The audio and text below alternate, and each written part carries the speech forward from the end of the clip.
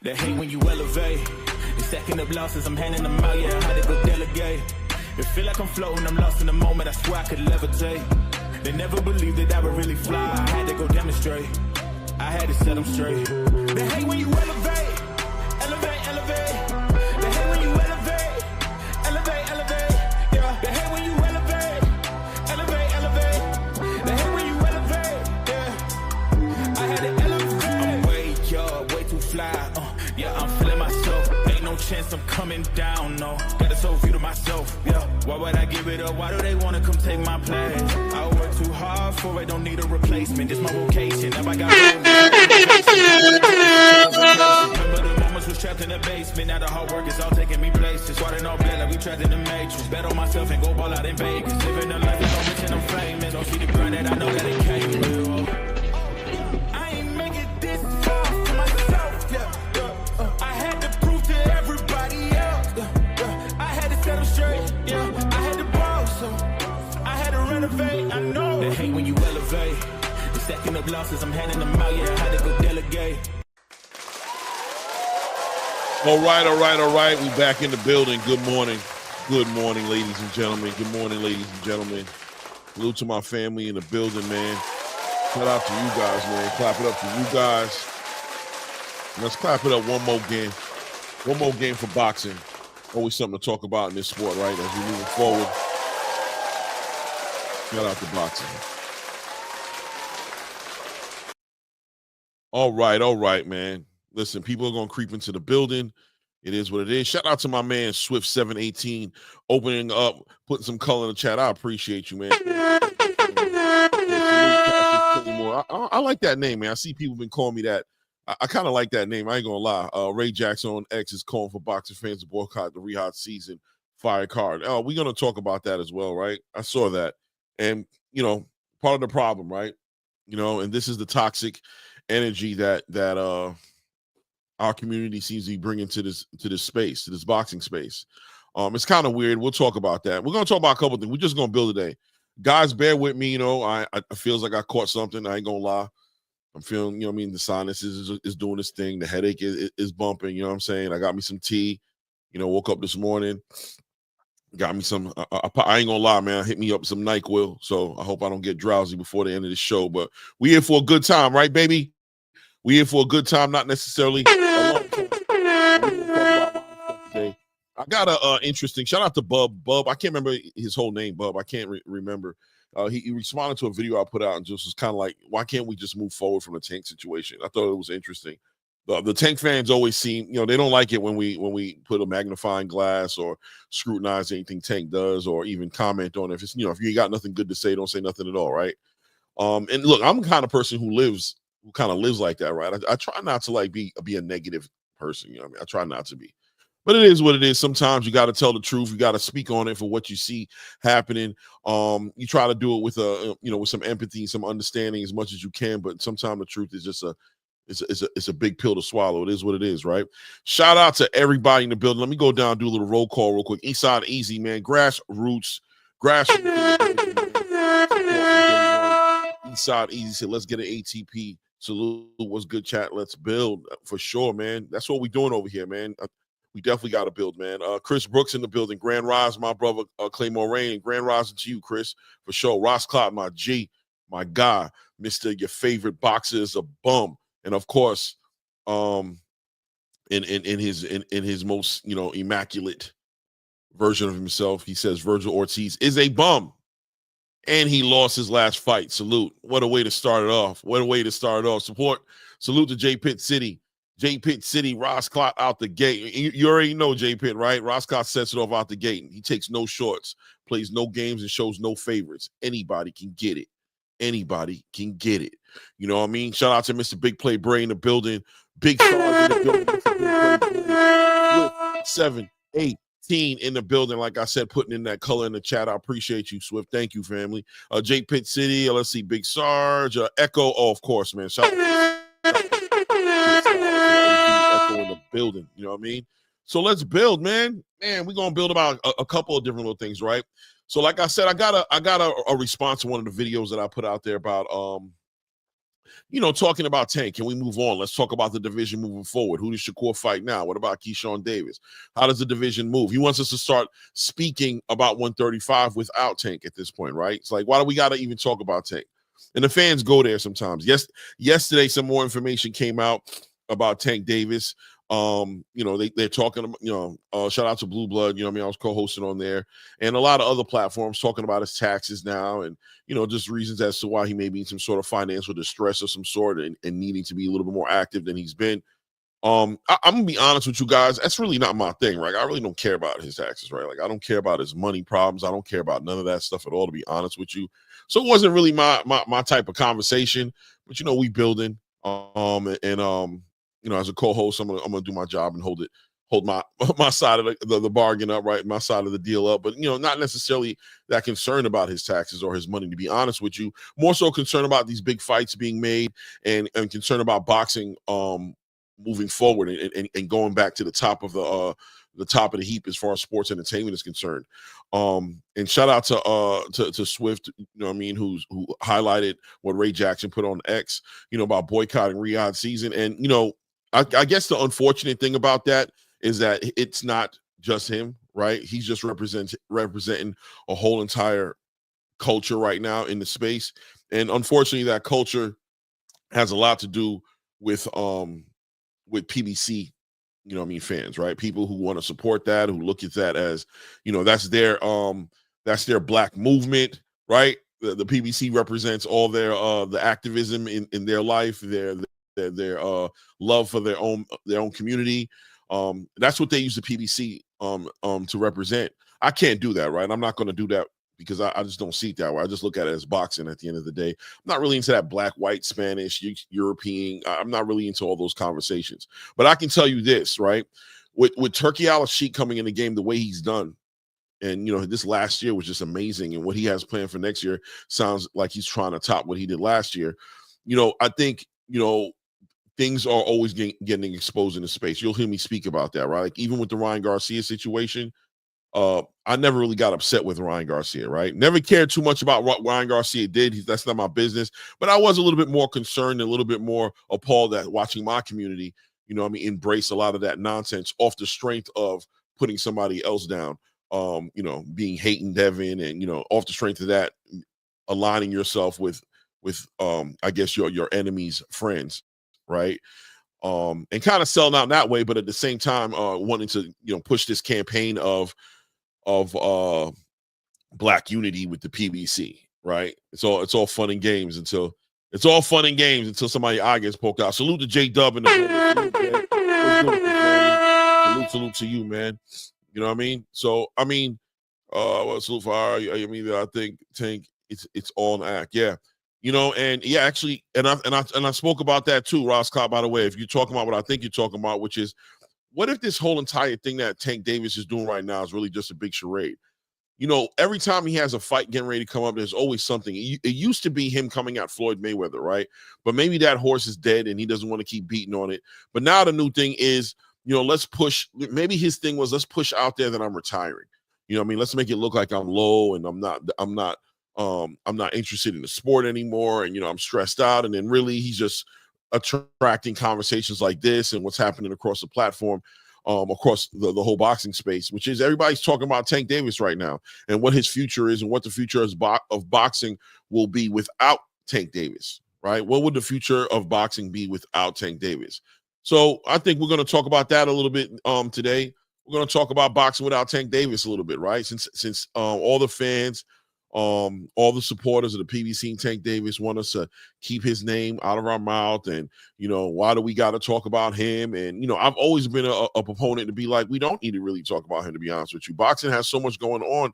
Like I said, even going into this weekend, there's so much boxing going on. But let's be honest, guys, the community does not care about boxing as much as like we look at boxing on the broad landscape of world championship boxing. So every weekend there's fights going on, and we watching those fights and supporting boxing and trying to do our own little matchmaking things. You know what I mean? That's what boxing's always been about for the real boxing fan. But you have this community right now, and it's almost of a hip hop culture, right?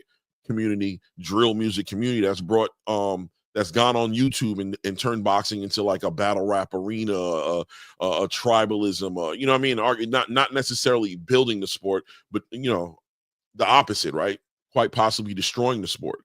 Especially from like when you look at the fact that Turkey came over here to America, put on a big event, try to stack the card as much as possible, and the event, in my opinion, was successful, but people just destroyed the event. Like, what kind of motivation would a person like Turkey have to come back to the States, right? And that's what I mean by destroy, right? Instead of embracing somebody who wants to invest in you in the sport that you love and trying to, you know, support it and see boxing get bigger, they'd rather destroy it and keep it small and not competitive and basically in a state that it's in presently. And we need to make no mistake of this, right? We don't need to get it confused. We don't need to make any mistakes about this. Boxing has not been in a healthy space for a long time over here. We don't need to act like it ain't broke, right? You know the old saying, if it ain't broke, don't fix it. We don't need to act like it ain't broke, right? So when somebody's bringing over resources to potentially fix it, for you to tear it down kind of shows you where your priorities are. And instead of building, they're destroying. I sometimes try to give them a pardon to say that, like God said, like Jesus said, forgive them for they know not what they do, but it doesn't really change the end result about what's actually happening in the sport. So platforms like this is going to always exist to push the sport forward, and we're always going to celebrate anybody who's gets on the same page with us as far as making this sport a bigger and better place, right? It is what it is. Shout out to my co-host, Ray. Something about a pink hoodie, you know, it just shows a lot of confidence in a dude to wear a pink hoodie. I always respect a dude who I happen to know Ray Davis personally, so I know he ain't about no games. This is a man's man, like, you know what I mean? No matter, you know, we don't have to talk about, get that deep in there, but this dude taking care of his family, doing what he's doing. So when I see him pop up on the platform with a pink hoodie, you know what I mean? I'm proud of that dude, because that's a dude right there who really don't got time for the games, really not trying to press nobody. And he's like, damn it, my pink hoodie flies hell. Fuck you talking about? Take it off of me if you got issues with. Shout out to Ray Davis in the building. What's good? Man. I know. Pretty Ricky is what they call me, Clay. That's it. You know what I mean? You never wrong wearing pink, man. If you ain't in it, you can be in it. You know what I mean? I'm just saying. But is that? But I got a question, Ray. Is that pink or is that salmon? No, this is what pink. color is? I got the salmon no one too. I got the salmon one. You know what I mean? You know how many people would have said it was salmon? Yeah, I got you know how many people don't want to own the pink and they want to say salmon? I got the hot pink. Listen, my dude said, nah, this is pink. That's what this is. I got the salmon. Right here is straight pink, man. I look like the dude from the Christmas story. I ain't gonna lie to you. It's all good. Bunny suit. Yeah, I got no doubt. Ralphie, it right? Is what it is. Yeah. I'll take it. Salute. Let's get the super chat from Swift. Swift, what's up, man? Yeah. Swift saying, unfortunately, staying loyal to the PBC means only watching boxing 5 times in 2024. 3 out of 5 times, it's subpar. That's how you kill a product. Talk about it, Swift. You're talking about, you're hitting right on the nail. That's the unfortunate part of being loyal to one platform, right? To one platform or one promotional company. When a promotional company like the PBC, who was great in their day and may be great in the future, who knows what moves they're going to make to adjust and fix the issues that they're having. But presently, being where they're at, if you're only loyal to the PBC, then what does that mean? It means what Swift said here. It means you watch boxing 5 times this year, right? Which is unfortunate for the sport because it doesn't help the sport. It really doesn't, and that's what it comes down to, and that's what the toxic thing is about it. But go ahead, Ray, I'm gonna let you build. By the way, I'm feeling like shit this morning. I told you already. Earlier, what was said about only watching the PBC based on and the boycotts, man. Yo, these dudes really out here are hating, and they're hating. Why? First of all, why are you hating on a man that's trying to bring the sport back? Number one. Number two, you're only doing this to what? For public black channel, like PBC, is that what they call it? The public black channel? Because I see more Mexican and diversity over there than I do see black. Yeah, some big black stars, but there's black stars everywhere.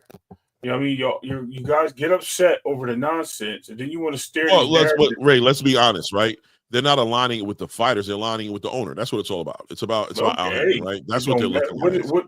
Look, and this is why people. I had a gentleman start hating on me because I said, "Where's Al? Where's Al?" Like, listen, that dude like Waldo, and I get it. This was before I knew he was sick, and there was no shade to throw at him. But I had said that, you know what I mean? And Al hasn't done anything in recent time due to a situation. Now, before I knew that, I was like, "Yo, where's he at? These guys are sitting stalemate. You know, they're doing all these negotiations. They trying to put on these shows, and then you guys kicking Turkey back in, who's doing nothing wrong but giving us the sport that we love. You know what I mean? He's a fan himself. He's not the guy from the outside sitting there trying to promote and give us some type of different look. Put big fights on with no prospects and keep his guys solid, stalemate to one section of the street, right? So what was the issue? Because why? He's doing the same thing Al did. He took the platform and made it better. He's not sparing no expense. In case nobody heard that, sparing no expense.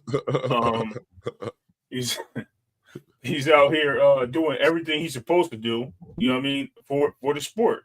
And when you do certain things for the sport and you make the sport likable and respectable, people don't like it that you're doing it and not the guy they wanted to do it.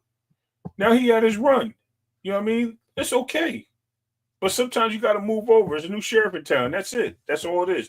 And it's not like they're not working together, or the team over there hasn't had even haven't given blessings to Turkey Al-Sheikh to allow his fighters to go over there to help them in this situation. So then it becomes what? You're hating for something. It's like, I'm sorry. I'm just thinking of some dumb. I see. Yo, it's like hating on Kellogg's because they don't make Fruity Pebbles or Cocoa Pebbles.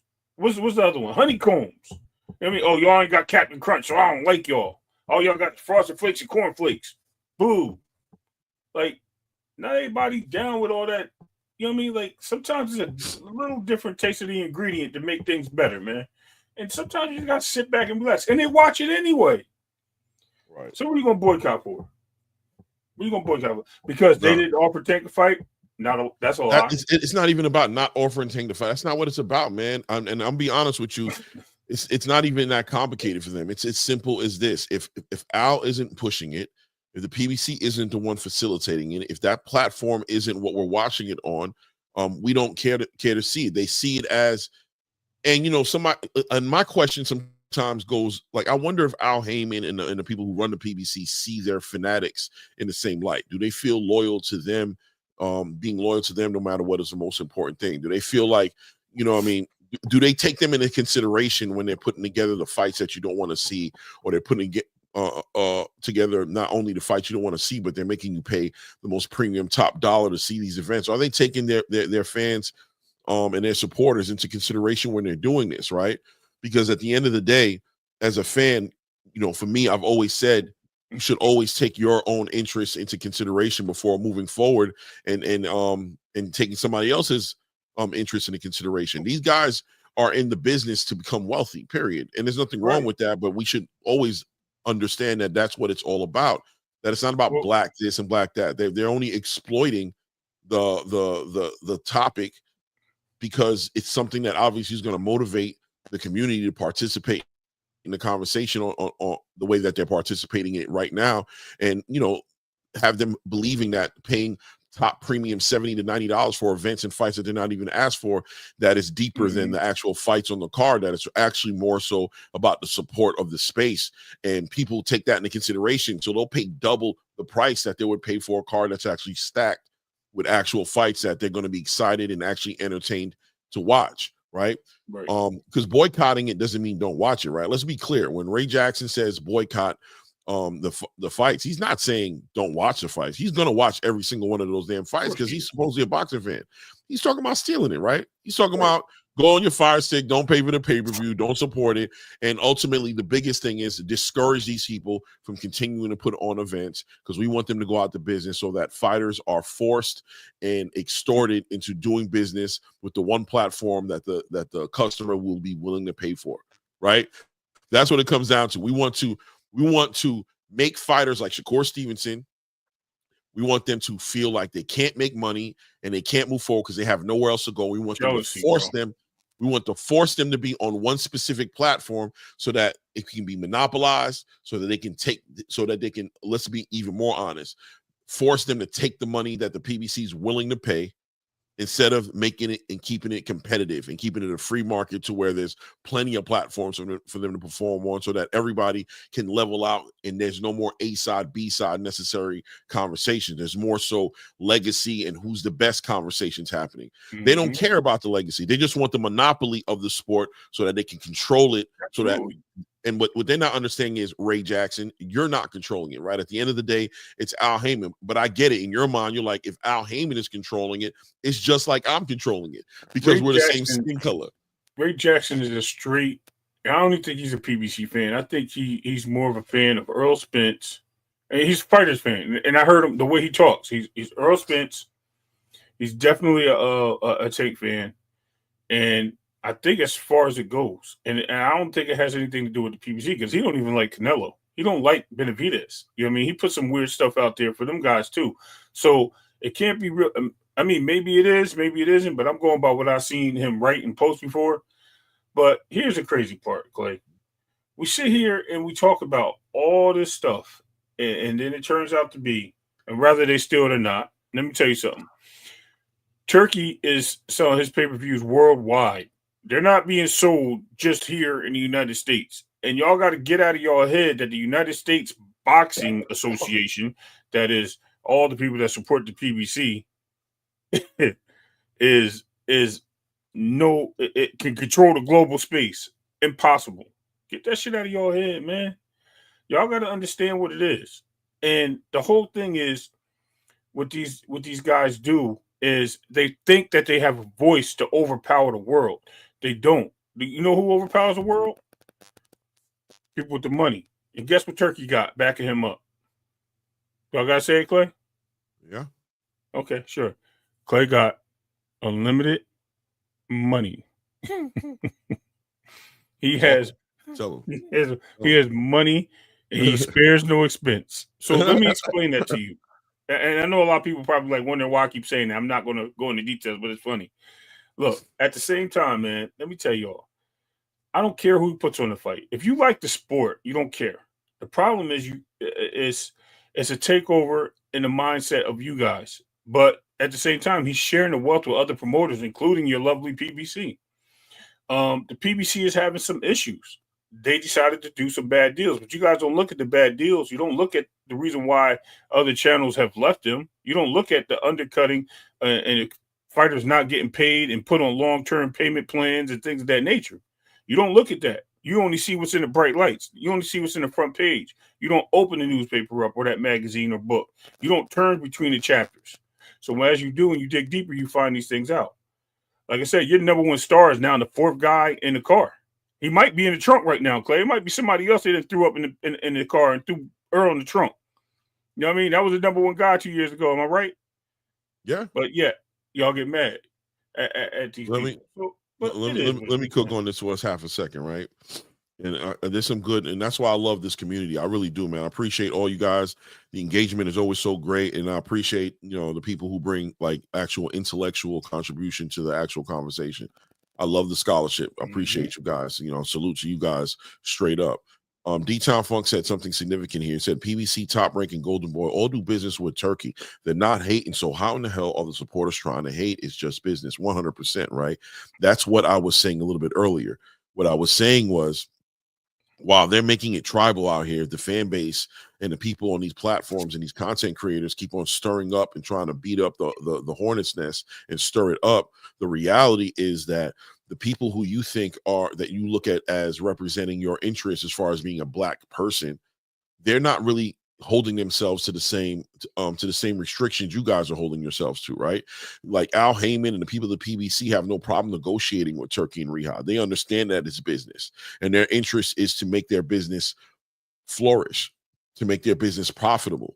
They're interested in the financial rewards of doing good business. The fan base gets caught up in that, and rather than embrace the reality of the situation, which is that, man, I hope that Al continues to work with Turkey and Riyadh. I hope he continues to do that, because it seems like Turkey's on board with making this sport, this entertainment sport, as big as it's ever been, which that's what we always wanted, right?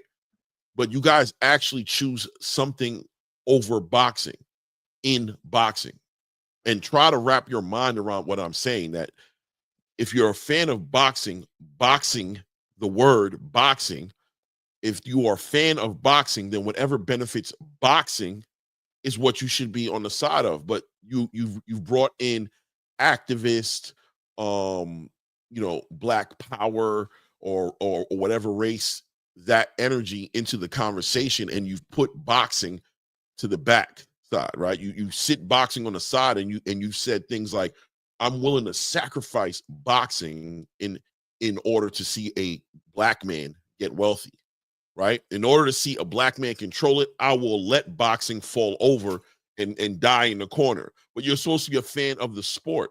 And I think sometimes people don't take into consideration that you really can't have your cake and eat it too in some points. At some points, when it comes down to when your body starts to break down, like in hypothermia, right? What does it do?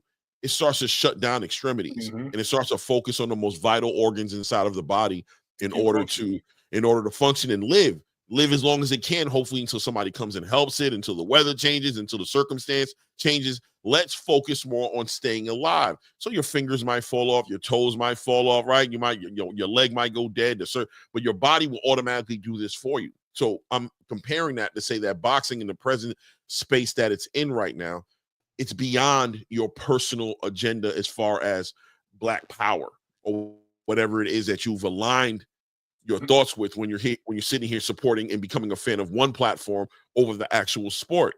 The reality is the most important thing right now is that the sport flourish, is that the sport gets as big as it can get, right? Because if it doesn't, when you look at the networks that have dropped boxing, unfortunately involved in a lot of conversations with the PBC as well, when you look at that, then you'll start to realize and understand that the choices are becoming slimmer, and slimmer. There's less pickings as far as platforms are concerned to put these fights together. And listen, hindsight is always 2020. If it was a bunch of networks interested in boxing like that, then the PBC wouldn't be stuck with Amazon Prime, who seems like they're hesitant on putting their foot on the gas on rolling out boxing on their platform, right?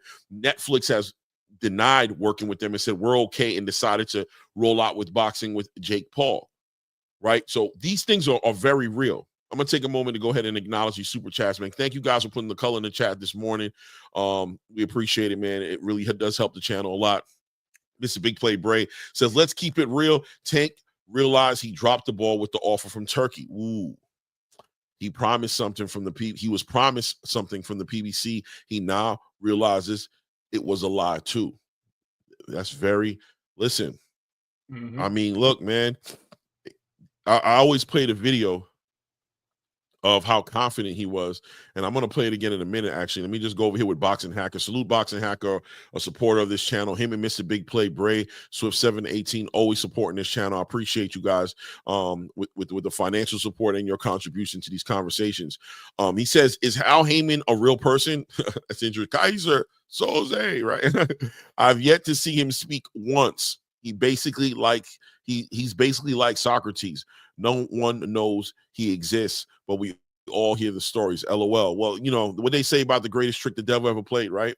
So I think Al Heyman's a real person, but I think he does do business in a certain way, and that unfortunately does not line up with him being very open with social media or with the fan base. He's not a big communicator. He's not the kind of guy that's going on Joe Rogan or on the biggest platforms to communicate his plans. He seems to like to just do what he does and lay back in the shadows, right? And one could only speculate as to why he chooses to do it that way. It is what it is, right?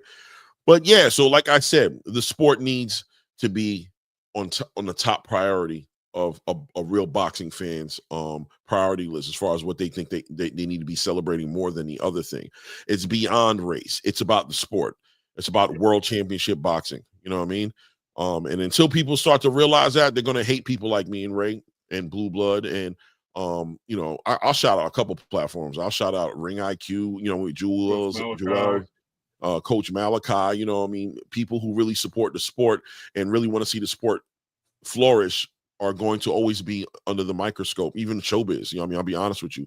Showbiz is very much an advocate for the sport getting big. So, you know, sometimes you'll love him, but other times you might not like him because he doesn't, you know, hide his hands. He doesn't celebrate one particular thing more than the other thing. So when he's celebrating what you want him to celebrate, you're going to love him. But obviously, it's nothing for him to be on the other side of the conversation at some point. If he doesn't agree with it, he'll jump on the other side of the conversation and speak quite frankly about how he feels about it.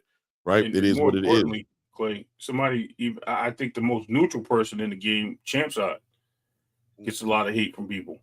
When I say the most neutral, like, I mean, we're neutral, but he speaks to these fighters. Like he talks to them at their numbers. He talks to them every day, gets information, and when he don't like something, he speak on it. And you should see, you know what I mean? And then you get I ain't gonna say names, but you get the people that try to post his videos up talking about he be lying and then trying to point the finger at Blue because they friends. And man, it's nasty work, bro. And these dudes out here really, and it's the fans too. I'm just saying, it's just so weird. I'm gonna say the energy's weird, cringe, as you would say, but definitely 100% weird.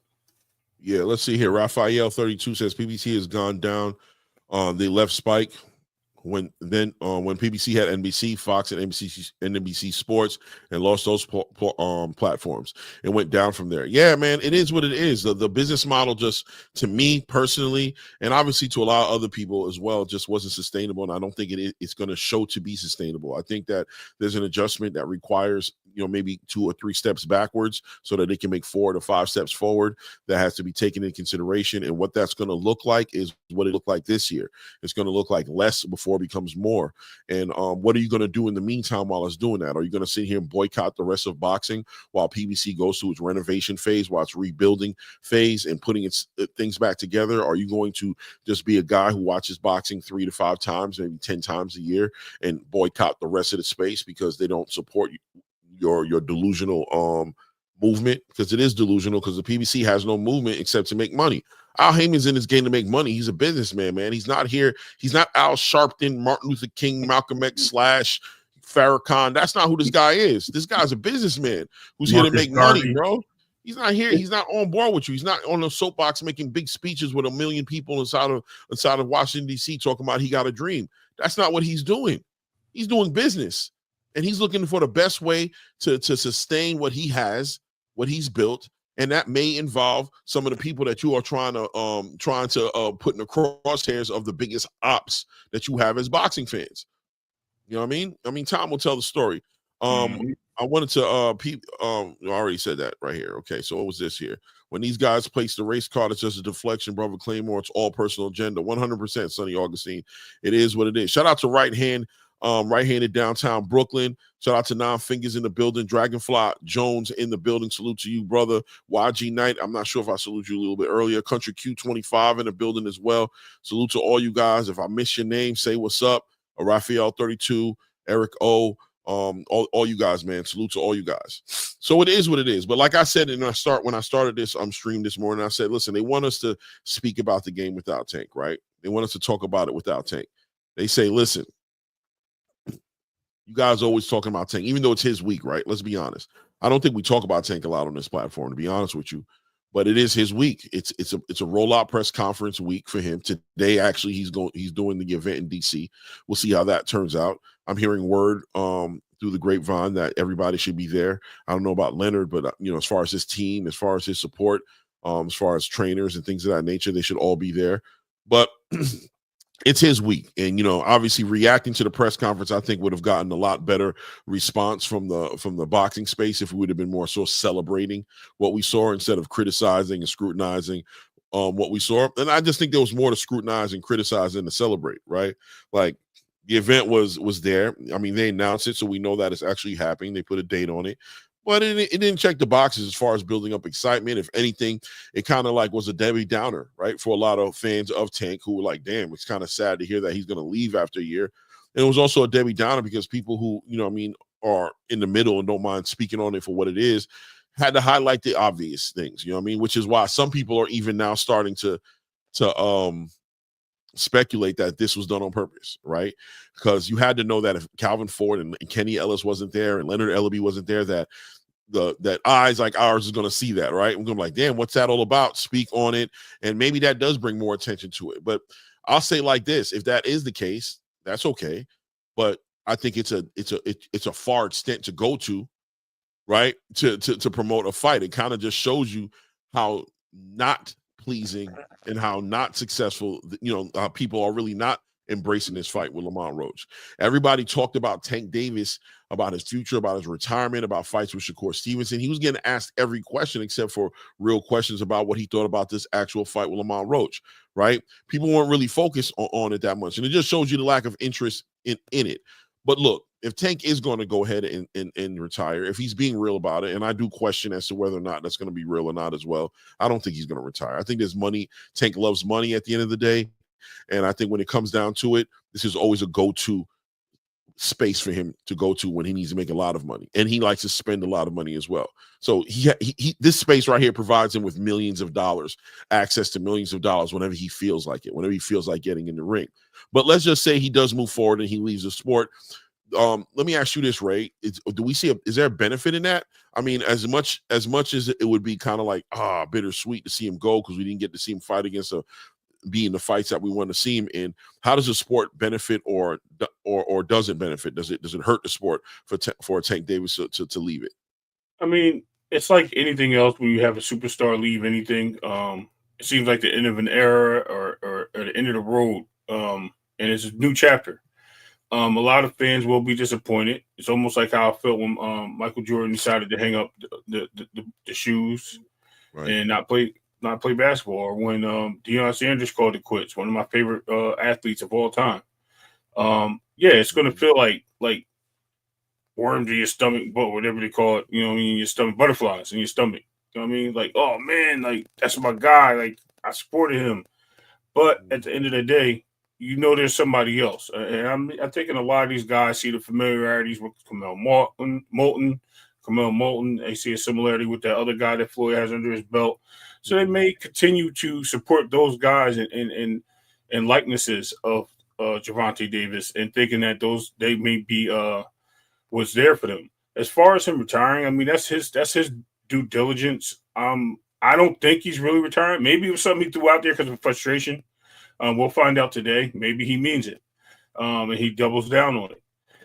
I don't want to be someone that like hangs on to things until I know it's submitted. You know what I mean? Until I see it done. I mean, we've seen 4 people retire in the last 2 years on boxing, and each one of them came back and had multiple fights, aside from Devin, right? He's the only one that hasn't come back and make his fight yet. He has a tough time there. But we've seen these guys all retire and unretire, and whatever the case may be, to get their way. Let their promotional company know, look, if this guy retired and he got his way with his promoter, I'm going to get my way. And it seems to be working. Maybe this is something that he's doing to get his way. I don't know if it is or not. I mean, I hope he's sincere. He seems like a straightforward guy, Gervonta does. So I think he's pretty forward with it. But as far as I would feel, man, I just think boxing, might be in a better place. Matter of fact, Floyd and Roy, when they retired, man, that was a little different for me. It changed the sport. I was like, yo, this guy ain't fighting no more, man. Where's the sport going? It took me out of boxing for a little bit. I ain't gonna lie to you. You know what I mean? With the young guns coming in, Earl and Terrence Crawford on the rise and all these guys, it's like it ain't the same. So, I get it for the fans. Absolutely. No doubt. Let me read what Thomas Hill put here. I think it's interesting. He says he can't retire. He has 6 fights left on his contract, and he's being stalled and long played. And he wants to only fight the people he's called out. This is pure leverage. Play, period, point blank. Okay. I'm okay. Right. I'm actually okay with that statement right there. I can see that being it. You know, and because it aligns with my thoughts about what I really think about the PBC and what they're going through. Um, and I don't know. I don't know why every time I talk about this, I always feel like I need to be like I have no issues with the PBC. I want the PBC to succeed. I don't want them to fail. I always feel like I need to defend myself because, when I'm talking about this particular topic, it's not an easy topic if you're a PBC fan to hear the truth being spoke, that this company is not in position to provide these opportunities for these fighters. And it seems like where Tank is right now, that Tank, I'll be honest with you, I think that Tank may be out of the tax bracket of the PBC right now. I'll be real with you. I believe that Tank is an expensive fighter to support, just like Canelo Alvarez. But you don't have the ability to support two Canelo Alvarezes. You hardly and barely have the resources to support Canelo actual Alvarez. You guys almost lost him when you guys were lining him up with Jaime Munguia. He almost left because you guys weren't able to prove and show improve positive accounts for Canelo Alvarez's team, escrow accounts for Canelo Alvarez's team to feel comfortable of doing business with you guys. He almost left. You guys had to manage to get that together, get that money into escrow, and show him the money. And you did it. Congratulations to you. You know what I'm saying? You were able to do it, and he did stay. He ended up coming back after shopping all around the space, and he came back to the people who were willing to pay him that kind of money. I also think that's another part of the conversation, because I'll be honest with you, I think a lot of companies looked at Canelo like, you might as well just go back to PBC, bro, because we're not going to pay you. We're not going to pay you this type of money to fight Jaime Munguia. You know what I'm saying? We want you to fight David Benavidez. We want you to fight the most competitive fights out there. So you might as well just go back where you went and go fight who they got for you. As long as they're willing to go ahead and hit you with a decent guarantee, take that money. We're not really interested in being a bunch of fools, losing money on you on fights that nobody wants to see. So, but Tank Davis in his own right is a fighter who deserves those type of guarantees. In his own right, what he means to your company, the amount of eyes he brings and viewership that he brings to a PBC event, he's really in the conversation with Canelo Alvarez as far as deserving a big guarantee. Does he deserve $36 million per fight? Listen, that's not up to me. I don't know, but he definitely deserves more than $3 to $5 million guaranteed to get into a fight at this point with the amount of attention he's been able to bring up, right? And everybody keeps bringing up this Amazon deal, right? Like I hear Thomas Hill talking about he has 6 fights left on his contract. But my question is this contract or is this deal with Amazon, is it even real? Because if they did offer him $240 million a fight, if this is true, this is the money he's sitting on, that breaks down to about $40 million per fight. And it's one of two things. It's either A, they've given him all the money up front, which would go in the line up with what Thomas Hill is saying right here, that if he was to get out that contract, that he can get sued, right? Or it's not, or the other part of it is that it's real, but it's actually separated about $40 million a fight, which to me is cool. That could happen. But now we're talking about which fights are they going to be able to put together to recoup that money, right? That $240 million comes with a lot of responsibility. There's contingencies in there, that boxes that need to be checked as far as how are we going to make that money. So we don't know. We don't know how real this actual offer is, but I can tell you this. Gervonta Tank Davis being willing to leave the sport and retire 2 to 3 fights in, I don't know what he's trying to renegotiate or what he's trying to leverage if in all reality he did get $240 million. Well, I mean, if they gave him 240, right, he wouldn't be arguing about it. Right. He was just saying, listen, I'm good. To your point that you just made, right? This is exactly what I'm talking about him really seeing what's going on and why I believe he may be retiring because of those issues. Earl Spence is, again, was their number 1 guy before Canelo got there. And then he was a number 2 guy. Now he's number 3 and 4. And like I said, he could be the 5th guy on their situation right now. Why? Because he's not fighting. He's sitting there. He's getting stale. You know what I mean? The guy don't know. He doesn't have any communications, nothing. Are they forcing him to retire? Are like they trying to just clean the slate, get rid of these guys and find cheaper fighters to put on their cards? Because they want to do free fights and things of that nature with Amazon. We don't know. I mean, we're not in those war rooms. We don't understand what goes on in these conversations. But we can tell you right now, just to look in the actions of Gervonta the other day says a lot. You know what I mean? Earl's a really close friend with Gervonta Davis. That right there was probably a smack in his face too, like of reality. Like, yo, y'all treating us like crap. You know, it's not just him. You know what I mean? You treating us all like that. He probably has some words to say, like, what's going on? You know, you could have put Earl on my card. I always fought on Earl's card. You know what I mean? It could have been some conversation. But Earl's sitting there waiting. He's waiting. He's definitely like everyone's waiting for his comeback, and he may have to leave to get his fight. It's the same thing with Tank. Tank may have to do like Naoya in a way, and go talk to Turkey and sign the deal. Because when he did, remember, he was one of the big three that wasn't messing with Turkey, right? Now it looks like that violin has changed his tune.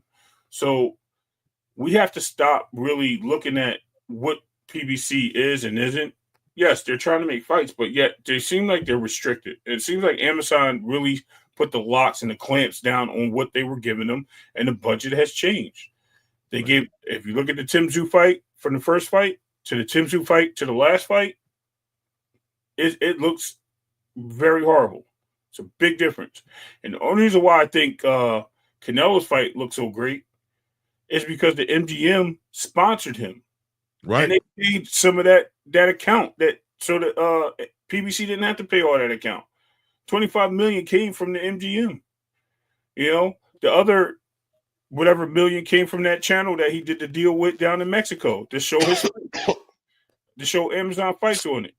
So people don't understand. They don't see the silver lining with these things. All they do is see what they want to defend. And it's all, these are all facts. These are all things that are out there you can search.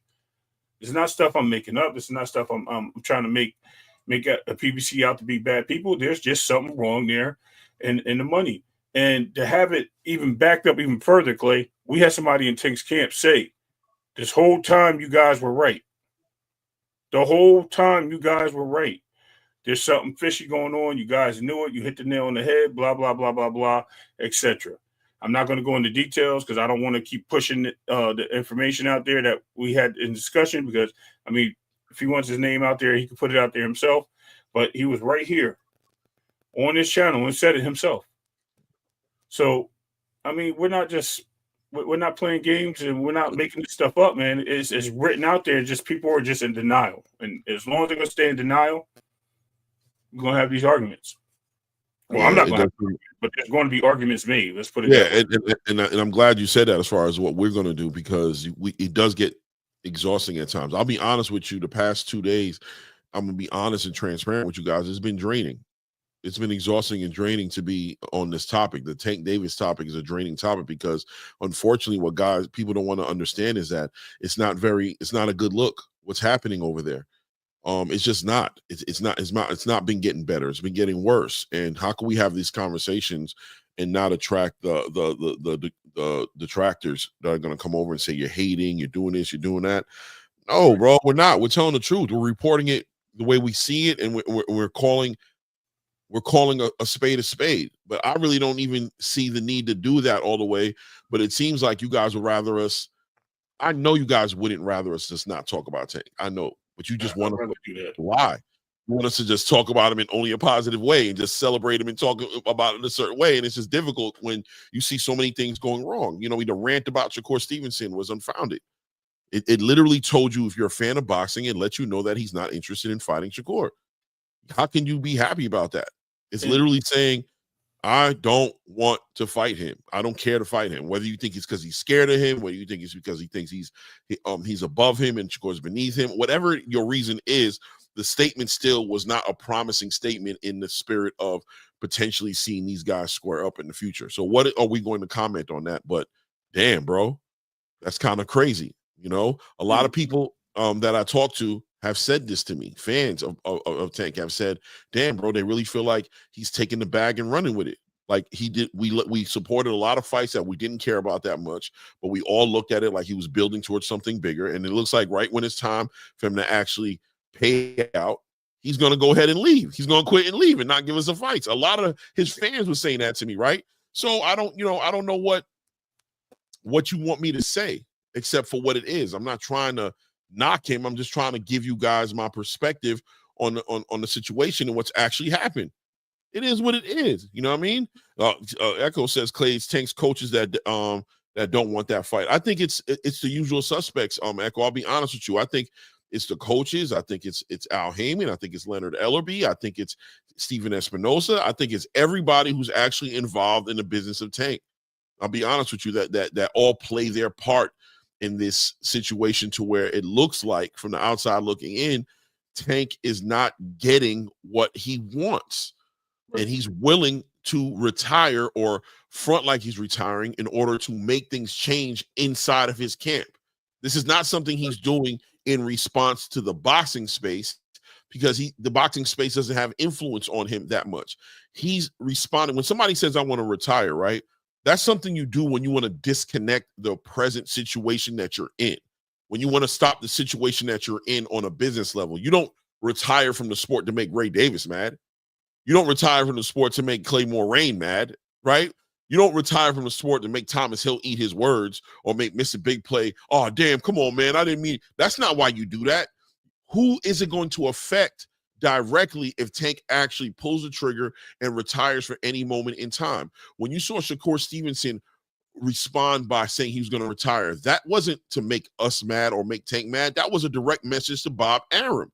Right. When you seen Tiafimo say, I'm going to retire, that wasn't a response to make Devin Haney mad or make Shakur Stevenson mad or make Eddie Hearn mad. That was a direct response to Bob Arum. And just like that, when you see him threatening to retire, if he's being serious, which to me, I have no reason to believe that he's not being serious. I'm not saying he's definitely going to retire, but I think he was definitely expressing, right, some indifference with the way the situation was panning out for him where he's at. When he starts to respond with, I'm going to retire, that's a message to the people who are moving the different parts to his business, to Gervonta Tank Davis' business. Let's be honest, right? That's how he's responding to it. That's when you see fighters, he's no different than any other fighter. He's trying to get out of something that he feels like he doesn't want to be part of anymore. And you know what the man values more than anything. He's told you already. He sat there on the mic with the reporter and says, I don't care about these belts. I don't care about these legacies. I care about my money. So he's letting you know what drives him, what makes him happy, and versus what makes him sad or angry or frustrated. And if he's frustrated, you can imagine, and Ray, you'll let me know, it probably has something to do with his damn money. Yep. And who controls his money? The well's running dry over there, and he's if that's the case, and that's why he had that puss on his face. That's why he looked like, you know what I mean? This is my last moment. This is why the fights kept getting pushed back, because they couldn't come up with what he wanted. It looks like this is going to be where it is and where it's at. So, right. You know what I mean? Like we can sit here all day and argue and play semantics, like I said, and go back and forth with fan bases and things of that nature of what was said, actual said, not if it's hate, if it's not hate. The man made a decision to put what he wanted to put out there. And whether it's talk soup or whether it's, like I said, it's just accurate. It's still drama, bro. And we still got to talk about it because it's the sport. Tank Davis is not the end all to be all the boxing. And people just can't move past that. They want to make Gervonta he could have been, right, Ray? He could have been the end all be all. He could have been. He could have. No, he really could have. Listen, I firmly believe that Tank probably beats all these guys. I firmly believe that. And I just think that, in my opinion, is there's something that's there's something that's not working. Either they can't pay him the money at the same time, pay him the money as they would and give the other guys money to fight him, or he just maybe, I don't know. He just he just ain't that guy that we thought he was. I don't know if that makes sense. He's just not the guy we thought he was, and it's one or the other. So we can pick whichever barrel we want to shoot. You know what I mean? Yeah. One's going to win. So it is what it is. But I'll be honest with you. As far as if he did retire, I don't really have issues with it. I seen Tim Bradley put out a video yesterday, and shout out to Tim Bradley, man. I'm appreciative of his platform.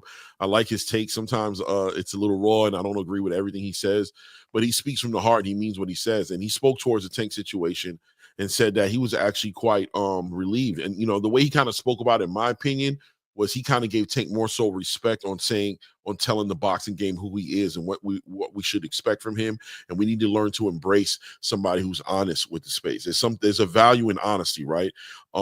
People say Donald Trump, they have some issues with him, but one thing that people will celebrate is that he'll tell you, right? You might not like the way he tells you or like the fact that he told you, but you'll know where you stand with him. You know what I mean? Some people agree with it, some people won't, but you'll know where he stands. There's something about, if there's a racist in the room, there's something empowering and relief, and there's some relief in it if the racist hasn't is able to just tell you he's racist, right? Like, you know, there's a relief to like know who's who. The knowing who's who, there is relief in it, and there's some honor, respect, and that type of honesty. And not to say that Donald Trump is racist or that he's saying he's racist, but I'm just saying that even with people that you like or you don't like, having somebody that don't like you just comfortable enough to be like, I don't like you, I'll mess with you, there's some comfort in it, because there's nothing worse than a fake mom. You know what I'm saying? Sitting in the room acting like they like you and they don't like you, and you have to find out in the face of the enemy, right? Right. They do. You have to wait for them to ultimately end up doing something greasy to you, right? Before you find out that you and this person had issues for a long time. Right. And it's like Tank communicated to the space on Tuesday and just let everybody know, like, I'm not here for no legacy. I'm not here to give you guys the fights that you want. I'm not here trying to, you know what I'm saying, do these things. So get out my face with that. I'm here for my money and I'm trying to go. And there's relief in it. And Tim said it, and I've talked about this before, but Tim said basically, I'm going to leave him alone. I'm going to fall back off him, bro. I can respect that. And I've been saying that myself. I guess that's why I resonated with what he said yesterday, that you guys have heard me say this. I'm okay with being like, not putting the pressure on Tank, not requiring him to fight the best, not requiring him to unify or fight champions in his division, for him to just make exciting fights that he can find to knock people out. He's looking more so for the end result, which is, I want to fight somebody who I realistically know I'm probably going to knock out, because I know the crowd's going to go crazy. I get to do my backflip off the top turnbuckle. I get to tell everybody abso-fucking-lutely into the mic about being the face of boxing. And more importantly, I get the biggest amount of money. You know what I'm saying? At the end of the fight. Are we to that point, Ray, where we might need to start embracing this instead of constantly pushing back at him, pulling up somebody from 130 or not fighting who we don't want to see him fight? Are we getting to that point where we just need to kind of like maybe consider embracing who he is and finding whatever value we can in that and moving on as far as boxing is concerned? Yeah, listen. I was talking to Kev today. I'm not going to reveal who Kev is, but I was talking to Kev this morning. And the first thing I quoted was, I was talking, Clay and I came to this understanding that why we got to keep talking about this guy and giving him press when there's no need to. He's not asking for it. He's not calling for it. He doesn't, you know what I mean? He doesn't want it. And you're only falsifying these basically your perceptions on things that are not reality. You know, we're taking the past and bringing it to the future. We're time stamping things, future tense. So basically, we're putting an expiration date without putting an expiration date, or sell by date. There we go. Let's use that word. We're putting a sell by date on there by talking about conversations with Tank Davis, because none of these things have ever came up, and the guy just showed you who he was. He's been saying things, and he's been putting things out there. Rather he said he was going for undisputed. Rather he said he was, you know what I mean, going to get all these guys. Listen, things change, right? People are allowed to change their mind. People are allowed to change the temperature of the room. People are allowed to be upset, emotional, or physical, whatever the case may be. They're allowed. And sometimes it's spare of the moment. Sometimes it's things that we thought through. In this case, Tank Davis doesn't move me like he did, like he did 3 years ago when it was conversation about Tank and wanted to see the big fights. I stopped really paying attention. I do like Tank as a fighter. I think he's the most exciting fighter in boxing, and that's why we pay the money to see him. I just think it's just a turnaround now where there's no longer nobody needs that anymore. It's not even about the money now. We're getting great fights. We're getting the guys to come together without having to wonder if Tank's going to do it. And I think that kind of makes me feel better, where I don't have to really dial all my energy on there and see who's talking about Tank and where he's going to move. So I pause on that, right? I'm like, look, let me look over here and press the play button because I see these young guys at 126, these guys at 130, these guys at 135, these guys at 147, all the way up to the heavyweight division. I see fights going on. And whether it's Turkey, Top Rank, what's the name, Barry? I said Frank Barry. It's funny, Frank and Barry talking about cereal. But anyway, whether it's Queensberry, whether it's No Limit, whether it's Inaway, we're seeing things move. Even Matchroom, we're seeing things moving. And by seeing these things moving, it says, guess what? That train already stopped. Either he can come on at the next stop, or we just gonna leave him behind. And I'm okay with that. I'm okay with not having to have this conversation. I'll be honest with you. Yeah, I am too, man. And like I told you, even with the past 2 days, I don't want to say it got me sick, but I do feel like, I haven't been as excited as I normally am about boxing, talking about this topic. I really, feel like I really wanted to speak more on, Robesi and Liam Paro and Hitchinson and, even this Tyson Fury and Alexander Usyk rematch that's coming up in the next week or two, that I really was more interested in those conversations. But, being a content creator in the space, I tell my wife this because I cook, right? And I'm pretty damn good. I'm not better than my wife. My wife is off the chain. She's literally like culinary. She's really on that level.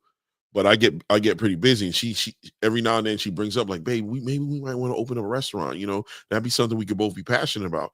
And I always tell her, and I don't know if I've said that to you, Ray, or other people. I said it's one thing for me to make like 3 to 5 plates for my family of the food that I love and watching them enjoy it. I do enjoy that, but it's something about being required to cook for 100 plus motherfuckers a day that may change the whole entire view. You know what I'm saying? About how I see cooking. And you know what I don't want to happen? I don't want to hate cooking.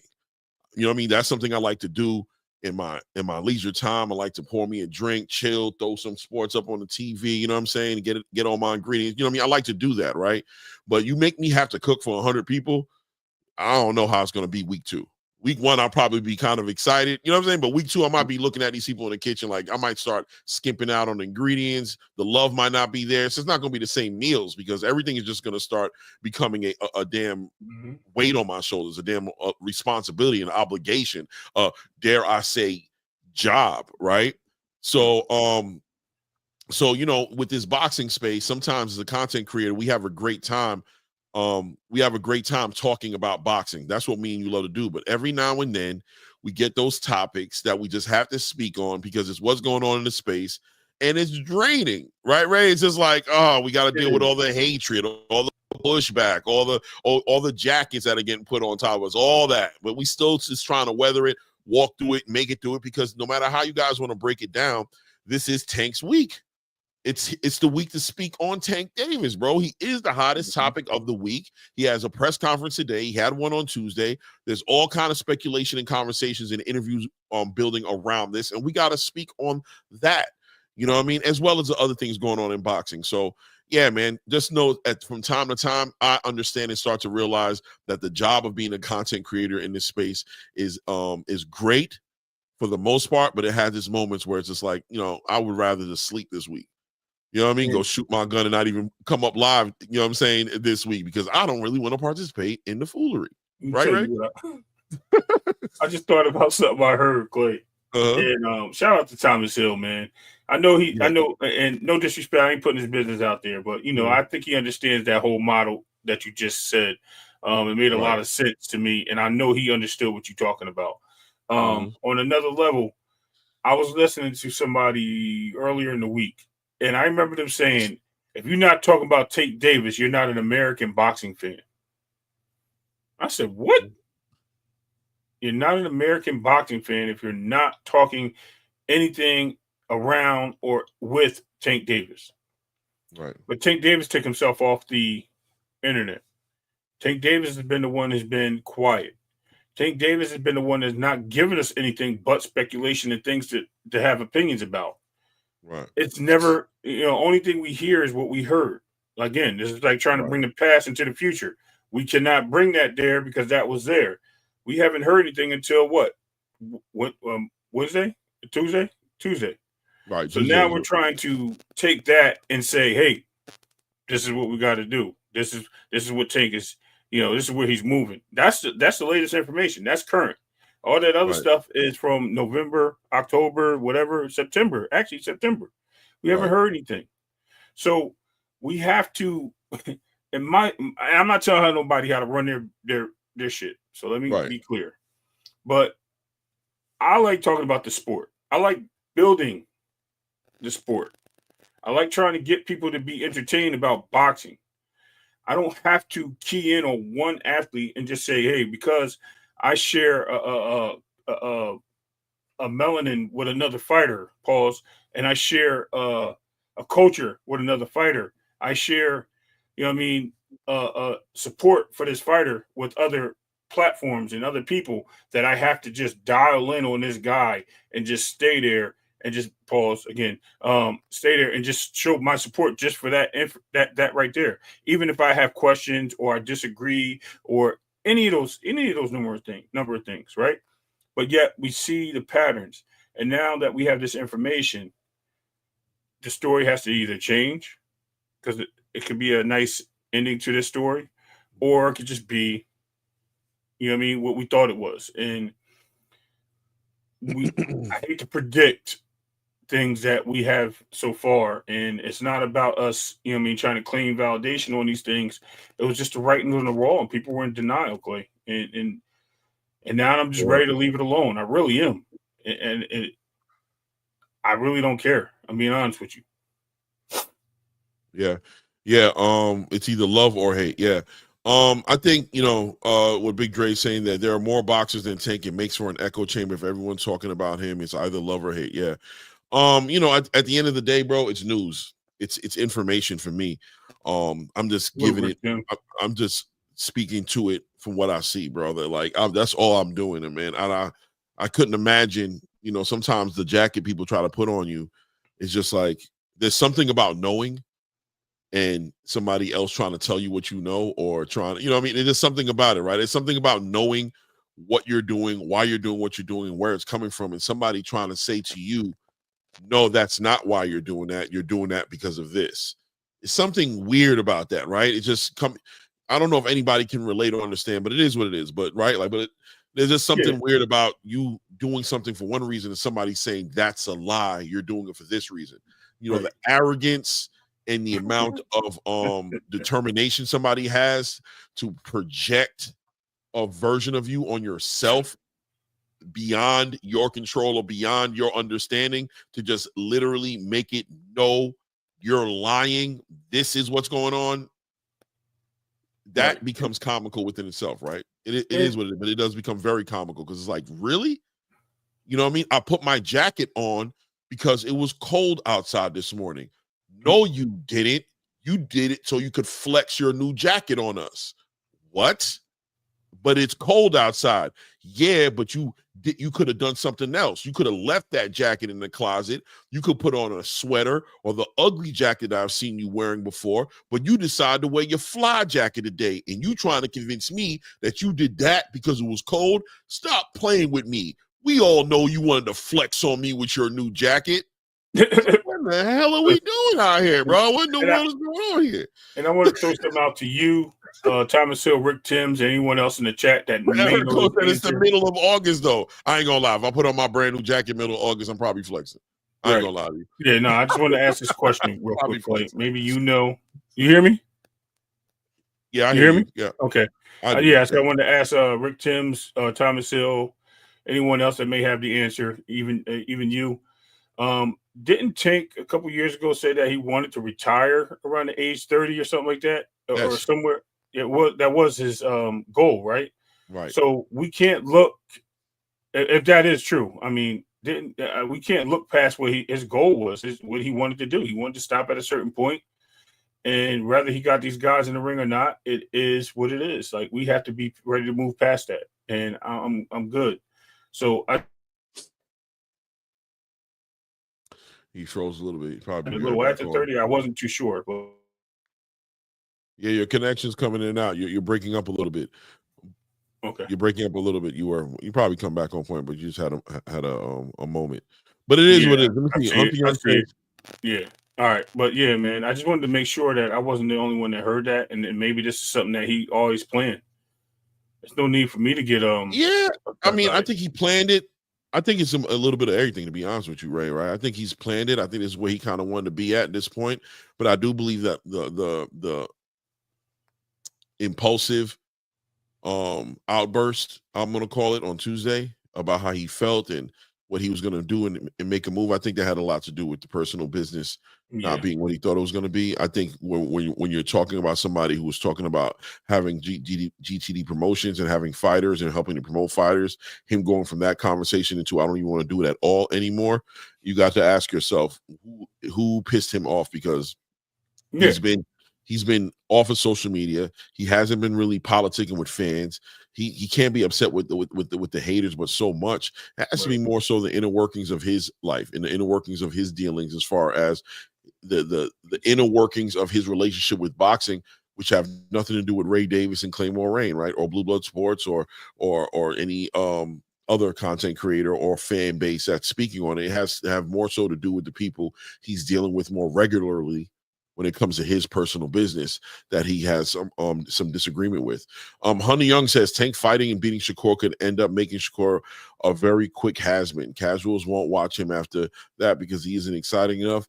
This isn't the 80s. 2020 fans are fickle. I agree with you. I think people today are a little bit more into, like, the O's more than the fans back in the day. But at the same time, this is why you welcome somebody like Turki Al-Sheikh and when he brings it to space, because Turki has shown him multiple times you could lose. As long as the fight is exciting, he'll bring you back, give you another payday, give you an opportunity at some redemption, whether it be with that fighter you fought before or whether it be another fight that's just as competitive that will legitimize you. Turki really does separate the boys from the men. He brings the reality of what boxing is back to the space, which is anybody can lose. Yeah, well, that's even better, right? The best fighting the best. I was going to say anybody can lose, and if the matchmaking is done correctly, anybody should be able to lose.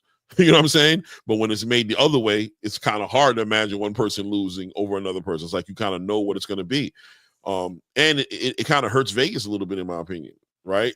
This kind of hurts him. Like, you got to just imagine trying to be somebody betting on boxing as a sport, and you got to make bets against people who are like $2,000 minus 2,000 points versus plus 1,700 points, and it's just like, damn, bro. If I bet with this guy who's minus 2,000 points, I got to bet $2,000 in order to get $100 profit on it if he wins. And if I want to but I can bet on this other dude and bet $100 and make, bring back home 1,700 on top of my 100, but he's more than likely just not going to win. It's not a good match. So, what do I do? What I got to find props and put them in parlays and things like that in order to make money. It makes it difficult. Whereas closer fights that are more 50-50, 60-40, 65-35 fights like that, you have some decent odds. Even if you want to bet on the winner, and let's say he's minus 300, like, all right, well, I could put up $100, you know what I'm saying, and make, $30 on it. You know what I'm saying? Or whatever have you, if I win, or I can bet on the guy who's minus 200 and I could double up my bread. It becomes a little bit more easier and more profitable and more intriguing to gamble on sports like that. So across the board, you just got to be happy with what Turkey's bringing to the table. Now, speaking of Turkey, I kind of am interested in segueing a little bit out of the Tank Davis conversation a little bit before we get, we just continually going through this. But obviously, we got some fights going on this weekend. But I wanted to speak a little bit more on what Turkey got planned for the New Year's and the things that he wanted to get involved with, and continuing that conversation as well. Did you get an opportunity, by the way, to see the face off?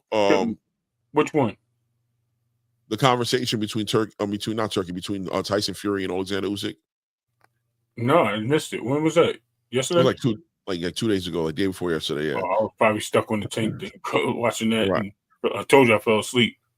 Yeah. I wanted to ask you, going into that fight, you know what I'm saying, into it looks like the Turkey wants to close out the year strong. 100%. He's going to close out the year strong. Ending the year with this fight right here that we're about to talk about right now speaks volumes within itself. What a cap to the end of a year of boxing for Turki Al-Sheikh, right?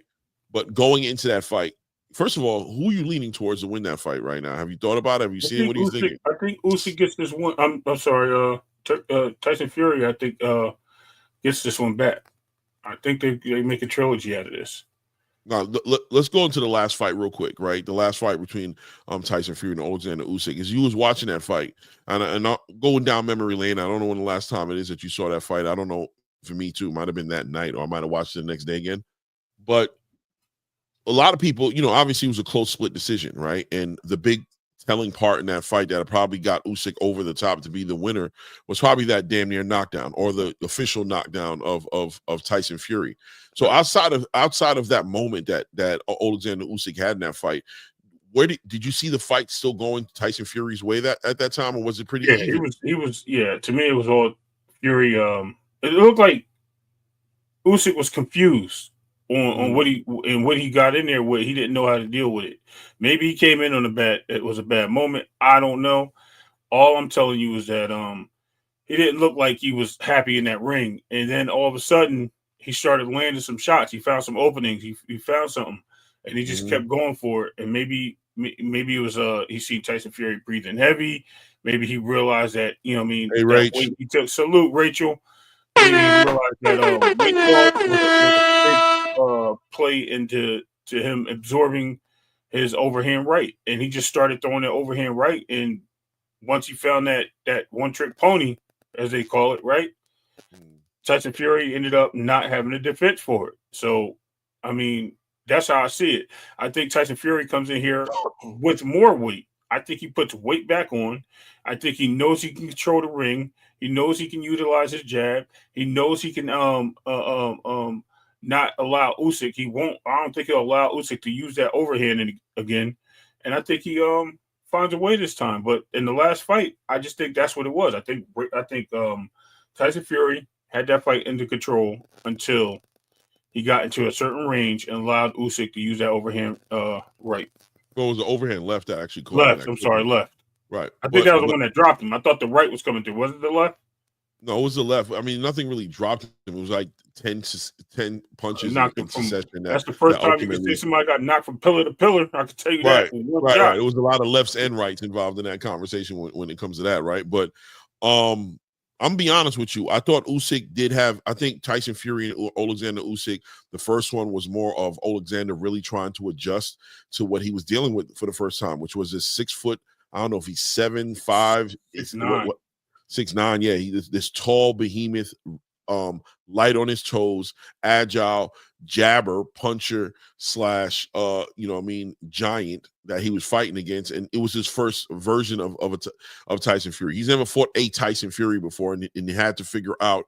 There was definitely a learning curve there where he had to figure out, how am I going to get inside mid range of this guy, be effective where I need to be effective at, knowing that he happens to be very light on his toes. He's not like Zhang Zhang, somebody who's like kind of stationary, just kind of like zombie walking you down, like you know what I'm saying? This guy's moving around, hopping on his toes. He's moving his head. He's on the ropes. He's such an agile dude. That's one thing that Tyson Fury brings to the game that I think sometimes people underrate. They try to make it sound like it's nothing, but I think it's something for somebody to carry around that kind of weight and be able to move around that way. So Alexander Usyk was trying to figure out, but he knew one thing, that he wanted to keep the pressure on Tyson Fury. He knew the more comfortable he left Tyson Fury be, the more space he gave Tyson Fury, the more he was going to get into the antics, the more he was going to win these rounds, not just by out-punching me and out-boxing me, but also winning these judges over, entertaining the crowd, just winning over the whole narrative of what's going on in the fight. So Alexander Usyk was definitely trying to do that. Obviously, at some point or another, he was able to succeed, find his range in those middle rounds, in those middle to late rounds. He was able to find that. But I'm be honest with you, going into the second fight, I would have to believe that Alexander Usyk is more confident, has more understanding about how to cut that space. He understands a little bit, how to get in there and be effective in a mid-range fighter. He also got an opportunity to really feel Tyson Fury's power, right? What he brings to the table as far as punching power and as far as a threat is concerned. He also is aware of that now as well. Now, does that mean that he's going to push the gas even more this time on Tyson Fury? We have to see. But giving both of these fighters the respect of being able to take data and process it and show their IQ in the ring, right? I think Alexander Usyk has always shown that he has a good pedigree on IQ. And of course, we can't deny that Eastern European background, the amateur background that he brings. He's an actual Olympian. This guy is the high level boxer, right? I'm leaning more towards trying to see if Usyk can pull out this win this next time around as well. And like I said, with the better even Bivol, kind of make it around 13 to where he's able to start off a little quicker. It's going to be less time committed into processing the data of Tyson Fury and more time in forcing Tyson Fury to make a mistake, knowing that I have enough power to actually hurt this dude. I hit him with my left hand, and he wasn't able to withstand it. Granted, he didn't fall, and I ain't knock him out, but at the same exact time, I was able to hurt him, and now I know I can hurt him. And he knows I can hurt him. And we're going to play on the psychology game just a little bit and see where his mind is at. If I catch him with something early or in those early rounds that reminds him, doesn't necessarily have to hurt him physically, but mentally, if I can bring this dude back into another time where he knows that I had him where I had him, then I can get him more on his back foot, right?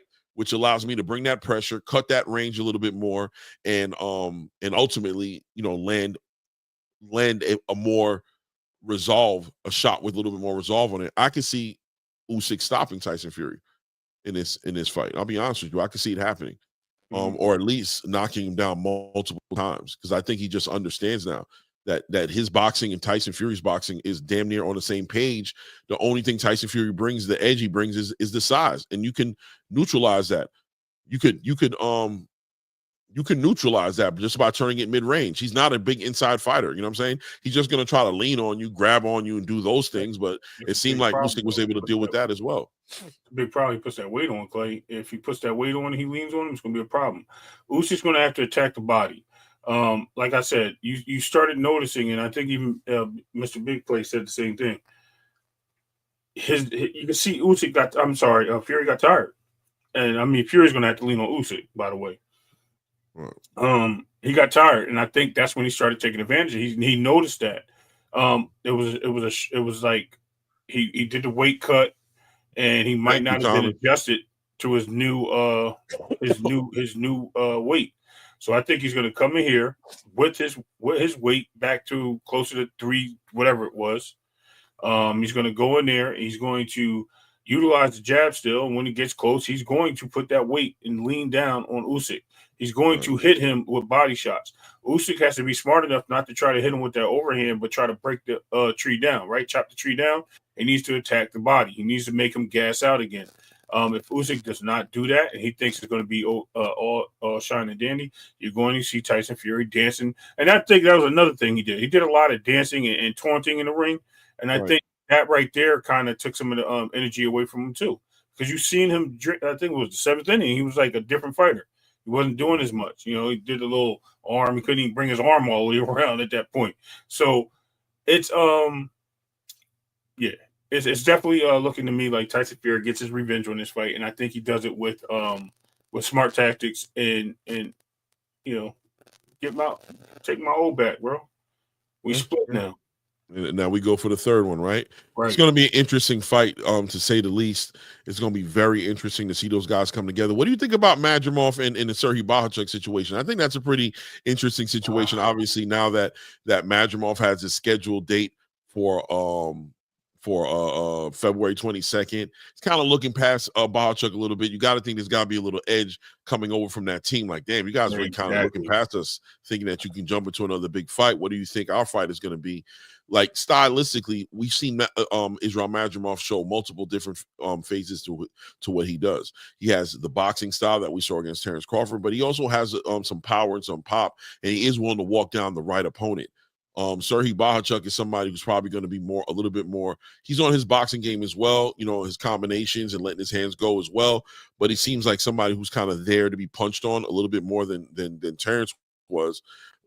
How do you see? And now that Israel Madrimov has to take in consideration that he probably does want to be healthy and ready to go for his fight in February 22nd, does this guy get into a sock'em rock'em type of fight with Serhiy Bohachuk? Does this affect his approach to this fight now, knowing that he has something 2 months down the line that he wants to get ready for? That was going to be my first question, is how does he prepare for both fights simultaneously? You know how? They're the same fighter. So he beats one way, he beats the other the same way. Only difference is Virgil's probably more of a inside power puncher, as Bohachuk is more of a boxer puncher. You know what I mean? Like they both have similar styles. That's why that fight between them was such a melee of boxing. It was like back and forth. I think the boxer always wins against the puncher, right? So I think Madrimov wins both these fights based on one set of training, just watching his opponent's tapes, and just utilizing the skill set that he has. He's very tricky. I don't know if you guys ever noticed his feints don't even come off his guard. It's basically just a movement, and his arms are always moving as he's doing so. And you know, being that he has a whole rotation of all this, guess what happens? You don't know what's coming. So when he does that, your defense is back, right? Now you got a guy like Bohachuk or Virgil Ortiz who comes in and they're looking to get into this type of situation. And when they see somebody doing that, right, they're automatically doing this. Guess what's open? This whole area, the midsection. Right. And then when they start dropping them hands, guess what's open? All this here. So I think, talk about chopping down that tree, I think Madrimov chops down the tree on Bohachuk, and then he and Virgil watches that and tries to make the adjustment, and then he goes the opposite way and he starts ripping his shoulders apart, breaking down his guard. And I think he goes and attacks Virgil that way, and I think he beats both of them. Wow, man. Look, man, that's a lot, man. And I mean, obviously, if Madrimov's able to pull this off and get this victory over Bohachuk, and then 2 months later go ahead and put something on top of Virgil Ortiz, I think it puts an argument there that people may be comfortable with or not comfortable with. But where do we put Israel Madrimov as far as 154 division is concerned? Where do we put him? Meaning that he doesn't have a belt, right? But I mean, he'll have an interim title if he beats Virgil Ortiz. But is he like the go-to? Is he the guy at 154? Is he the boogeyman of 154? If he's able to pull this off? Are these two tests proper tests to put him there in the division? So I'm gonna give you a little insight that I believe happened, and I'm pretty sure if we go back and check amateur records, I got a feeling that Bohachuk and Madrimov had some sparring or some type of amateur match against each other over in Europe. So I'm I'm definitely gonna go check myself and research that. You guys feel free, but I think this is a fight for him to win, and I wouldn't be surprised if Backroom, whatever his name is, Backroom, has also been in the mix with these guys along the lines. But we're gonna listen. At the end of the day, we're going to see. We have to wait and see. This is just the way I see it. Salute, D1. What's going on, brother? Yeah, we're going to see, Clay. Something bound to happen with these guys, and I think that, like I said, I think Madrimov is I think he's game. I mean, why do something I don't believe I can do? That's the way I look at it. Yeah, 100%. He's definitely game. He's definitely ready to test himself. In my opinion, he definitely captures the spirit of somebody you can get behind, right? Shout out to D1 Angry White Man boxing podcast. Shout out to you, family. Good afternoon, actually. Damn, yeah. You know what I mean? Shout out to I already said Boxing Hacker and Self, Beth and Niall. Madrimov stopped Bohachuk in the amateurs. Oh, he's already letting it be known right there that Madrimov did stop Bohachuk. Did you see it right here? Hold on. Yep, I see it. Look, that's crazy. I said it, right? I didn't even see that. I didn't read that. I was just thinking that they're in the same region, right? And I know a lot of them guys fight internationally over there in the amateurs. So right. So that's real interesting. Actually, there's a little bit of history there, and there's some reasoning. Maybe we're giving. That's another thing as well, right? We're giving Serhii Bohachuk a lot of props and respect based on the fight he had with Virgil Ortiz. And I'll be honest with you, going into that fight, I gave him, because I was calling for that to be fight of the year before the fight even happened. I told everybody, like, yo, watch this fight. This fight is probably going to be fight of the year. I'm telling you. And I think it lived up to those expectations if you're a boxing fan and the kind of performance those guys put up against each other. But walking away from that fight, I think a lot of people who didn't know Bohachuk kind of was like, yo, this guy's the real deal. Like, a lot of people thought he won the fight. So we're kind of like, are we giving him a little too much credit going into this fight? Like, is he really not? Because Madrimov seems to know something we don't know, right? He seems to be prepared to go fight Virgil based off of, like, he's like, yeah, y'all think Bohachuk is all that. To me, he's really not. He's more like a, addition and subtraction problem. He's not an algebra and a calculus problem for me. I know this guy. No, I don't think we're giving him too much credit. I think anything can happen in that ring. Bohachuk can upset the world if this is the case, right? Bohachuk can come in there and say, you know what? I've seen this before. I know what you remember. I was talking about those feints and those walks and that walk through and that shoulder movement. He might be like, yo, I know exactly what you're going to do now. You know what? You got me with this twice already. Now I know what to expect. So history plays a part in how you prepare for things in the future. So now we might see something different. Right? Isn't that what Canelo said? Yeah. So this guy might upset the world. He might prove me wrong. I just think Madrimov just has a different style. He's able to outbox, like I said, these guys that are boxer punchers. I think his skill set just shows something different. His footwork's there. He knows when to close the distance. He Right. literally waits for them to make a move, and then he counters and then closes. And he uses his feints well to keep them off balance. So even when they're trying to creep in, he that shoulder movement is enough. That little small hand movement is enough to make them back up, and that's when you know you got them. Once you start seeing the movements and the reactions of your opponent, that's when it all changes, man. Yeah, I think it's gonna be an interesting fight. And I'll ask this. I mean, do you have any doubts of salute Just Do Boxing in the building? Do you have any doubts? In the building. Do you have any doubts do you have any doubts of Madrimov being able to make that fight February 22nd after this fight with Bohachuk? Do you think he can get put through the unless there's an injury? Which I already heard one content creator saying there's something bound to change on this card. It'll rather be injury or they have to replace the fight. I'm like, man, it can happen. That's not a prediction. Well, I mean, I don't know if it's a prediction, but I got to be honest with you with the Madrimov situation specifically. Right. It's very possible that does happen, right? And I was laughing when I heard it. But Turkey also commented on that. He was asked that question, and he said, "I have 1,000 fighters ready to replace." Right. He's basically saying, and that's something I love about Turkey Usyk as well.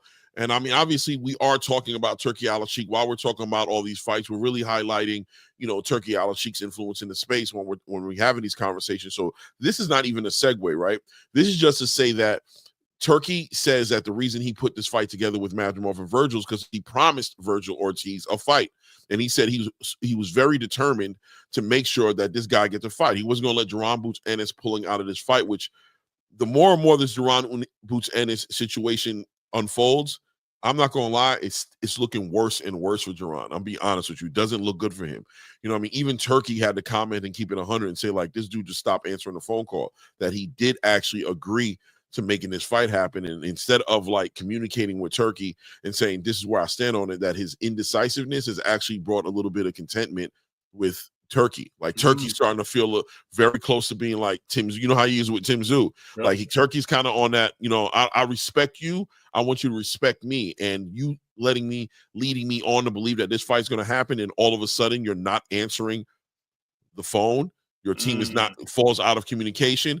That kind of burns you the wrong way. I got to find out through social media this fight's not happening. You put me in a situation to where last minute I got to give it. Madrimov comes to save the day. In all honesty, but that's a whole nother conversation, right? Just to say that Turkey did say that. Listen, man, I have a bunch of fighters to replace Madrimov if he doesn't make it. He's asked Madrimov, does he think he can make it? Madrimov says that won't be a problem.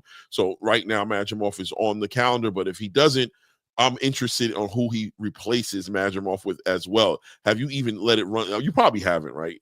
You probably haven't even thought about it, but who that Turkey might even consider replacing a Madrimov with if Madrimov doesn't make that fight for February 22nd? I mean, you could reach out to Bakram. You could reach out to possibly Tim Tszyu did try to recalibrate something with him. And I know he's supposed to fight Virgil twice. He pulled out those cards. He can reach out to Xander Zayas and see if Top Rank can make that fight. He can even ask Charles Conway or somebody to step in. Yeah, I think Conway would definitely be somebody. I think Conway is definitely a legitimate. That's what I'm thinking about. I'm thinking Conwell is definitely a legitimate replacement killer. I think that Xander Zayas is still cross-promotion energy. I think Bob Arum is still kind of like, playing that game a little bit, not all the way, but I think that probably has more to do with why Xander Zayas wasn't the fighter in the first place. I think Bob's kind of like, I think Bob got burned with that whole Jared Anderson situation. I think he doesn't like the way that felt, doesn't like the way that played out. His spider senses told him not to allow Jared to do that. He went against his spider senses and allowed Jared to go get some money, but in turn ended up hurting his whole entire image. And from Bob Arum's point of view, his interest is in the product, the development of the product, the market value of the product, and I think he feels like that hurt that on multiple levels. So I think he's a little bit more hesitant and a little bit more resistant when it came to the Xander Zayas conversation, right? So bringing that full circle to saying that Charles Conwell being a Golden Boy, I believe he's a Golden Boy fighter, right? Charles Conwell. Yeah. Charles Conwell. No, I think he's Matchroom. Or I think he's Matchroom. He might be Matchroom because I know he was on. He was on the Devin Haney Ryan Garcia card, so maybe he is Matchroom. So he's either way, he's a DAZN fighter. Ultimately, at the end of the day, we know that for sure. And that makes it a little easier. I can see Charles Conwell kind of being put in position to. He's Golden Boy. He's Golden Boy, right? Yeah, exactly. Okay. That's what I thought. So, but either way, I don't think De La Hoya would have any issues putting Conwell out there, letting Conwell get that opportunity. That's a huge opportunity. I think it's another great fight. Once again, 154. It's hard to not make great fights. Charles Conwell versus Virgil Ortiz is a great fuck. It's a great damn fight. You know what I'm saying? So it is what it is. But going into the weekend and this fight being on there, and the rest of that card is crazy. I don't know. I don't want to break down that card all the way yet. I think we talked about it, the Tyson Fury card. Let me pull up the Tyson Fury card. Actually, we haven't talked about that as much. But I'm definitely looking forward to going to the weekend, bro, with this Robeisy Ramirez fight. I'm really excited about this fight. I don't think people are as excited as me. I think that fight had so much great boxing going on in that fight. I'm just looking forward to see these guys compete. I'm actually happy that they're the co-main event as well, because I can actually get tired and be like, you know what? I'll catch Oscar Valdez and Emmanuel Navarrete tomorrow in the day. Like, you know what I'm saying? I like the fact it's a co-main, just enough time for me to watch that fight. And if I feel like going to lay down, I actually saw the fight that I wanted to see. I'm one of those proponents of the idea that the guy, the main event, sometimes I don't mind them showing up somewhere closer to the middle end than being the last show. Because sometimes by the time the last show comes up, I'm actually like a little exhausted and tired. Even like shows like concerts and stuff, it's like, damn, bro, hurry up, bro. Y'all won't be happy until I'm leaving here at 1 or 2 o'clock in the morning. You know what I'm saying? So I'm happy that Robeisy Ramirez and Rafael Espinosa isn't the main foreign card. Hold on, let me see here. Let me go ahead. Rafael Espinosa. No, not that. What am I talking about? Fury. Tyson. Fury. British. You ain't got no title. Shut up. All right, we got Serhiy Bohachuk and Israel Madrimov on that fight. We got some decent. It's pretty much a UK card. You know what I'm saying? But you still got some McGregor fighting. Yeah. So I know who McGregor and Isaac is. I know who Peter McGrill is. That's it. That's all I know. Right. It's gonna be some competitive fights. You can tell by the records. There's gonna be some competitive fights. Edgar Ramirez. I don't know that dude from nowhere. No, I don't know Edgar Ramirez. He's a heavyweight. See that? I think he fought on Top Rank or maybe Box. I think it was Top Rank he fought on, if I'm not mistaken. He fought the Russian Mike Tyson, I think. Gave him a good fight. Yeah, well, I'm assuming he lost that fight. I mean, that he has a loss. Awesome. I mean, he only lost. Let me see here. What he lost. No, he lost against Jonathan Rice. Did he fight him? I don't think he fought that dude, bro. No. I might be thinking about somebody else, Clay. Yeah. Well, hey, you only lost one fight. Yeah. Oh no. Champ Ross says Conwell fights next week. I hope he can get in the mix at 154. I didn't know he fights next week, bro. Damn. He does? Oh, that takes him right out of the conversation. I didn't even know he fights. All right, let's who's he fight? Let's go into the poll. Let's see who we got. Hey, hold on a second. Really? Damn, bro. Stop calling these guys. I don't think he's fighting next week. You sure? I don't think so. Are you sure he's fighting next week, champ? I don't think so. No, he's not on the schedule. Yeah, he don't show him having a fight. You know what's interesting? If you look on BoxRec, on the top left corner, it says Kingdom Arena Riyadh. Why? Why does it say that? I don't know. Now, when I hit it, it brings me to the Alexander Usyk Tyson Fury card. Is he on this card? Why is his name affiliated with this? Maybe he's on the undercard. Is that what it is? Like the prelim? Maybe. I don't think there's a prelim to this. I think this is like one whole card because they got like. But they usually have a card. You know how they do the fight the day before? Yo, he said the 14th. December 14th. Where's he fighting? On a Golden Boy card? Right. Just do. Who's he fighting on? How come he doesn't come up on BoxRec? Doesn't have his fight coming up. Yeah, let's do this. I'll tell you right now.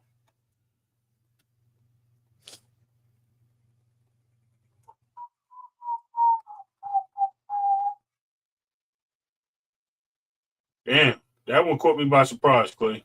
Where's it at? I'm about to check right now. See who's on the 14th. Hold on. This one is Sky Sports. Is it the McGear fight on ESPN, maybe? The Zone and Riyadh season. Is it on the Riyadh season card? Oh, for the 14th? They got a Riyadh season card? No, there's a top rank card with McGear. I wonder if he would be on that. Just do says card. The poster says the Zone and Riyadh season. Oh, shit. And it had to be the. Let me just look it up. There's a you know what? What's the name? Rocha's fighting. If he's Golden Boy, he could be on the Rocha card. Alexa Rosa. Let's see here. There's more December 14th. Yeah, it says right here. This is more than just a fight. It's another step in Conwell's journey. Let me see here. Hold on. Soul City, Conwell, Fight Night. Carnage Records, Conwell, blah, blah, blah, blah. Let me see here.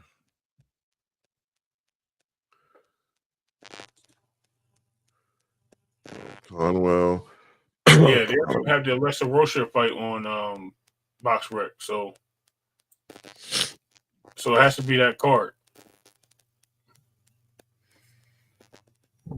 It would probably be the Alexa Rocha card, Clay, because I don't even see that. Okay, there it is. Yeah, it's gonna be on the Rocha Curiel card undercard. Yup, that's what it's gonna be. Yep. Charles Conwell, Gerardo, Luis Vergara. The tops the Rocha Curiel undercard. So they'll be the co-main event. I didn't even know that. I'm so happy. Thanks for letting me know, guys. Just say he just saw the fight poster on IG, man. Okay. Look, that's crazy, right? You speak of stuff and it comes to fruition, man. That's crazy.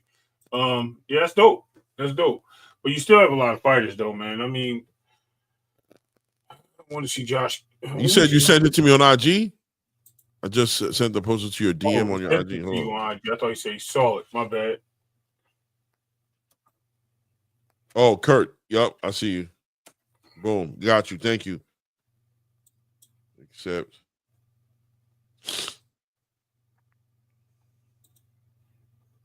I mean, does Josh Kelly come back? Can he make that fight? Oh, yeah. Josh could make that fight. I think it'll be interesting. I mean, I'm hoping that Madrimov makes it. You know, obviously. I am hoping that's what happens. I think he will. I really was kind of hoping Conwell would get it. The what? 2 cents in the building. I said, what's good? Oh, what's good? 2 cents was good, family. Yeah, I'm looking right now to see who will be the fight. Yeah, I don't know. I ain't gonna lie. What I'm gonna do is I'm gonna open the panel up. If anybody wants to come up and build on any of the topics, it's about that time. We're about 15 minutes away from the 2-hour mark. Probably take it to 2.5 if the conversation is interesting. Other than that, I do feel like dog. You know what I'm saying? And I want to get on some drugs.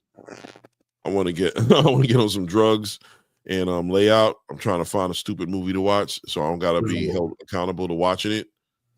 You know what I'm saying? I can fall asleep to it. See something good on that. I told you if you got what's that? I don't know anybody in here watch that show From. I've been trying to put Clay onto that.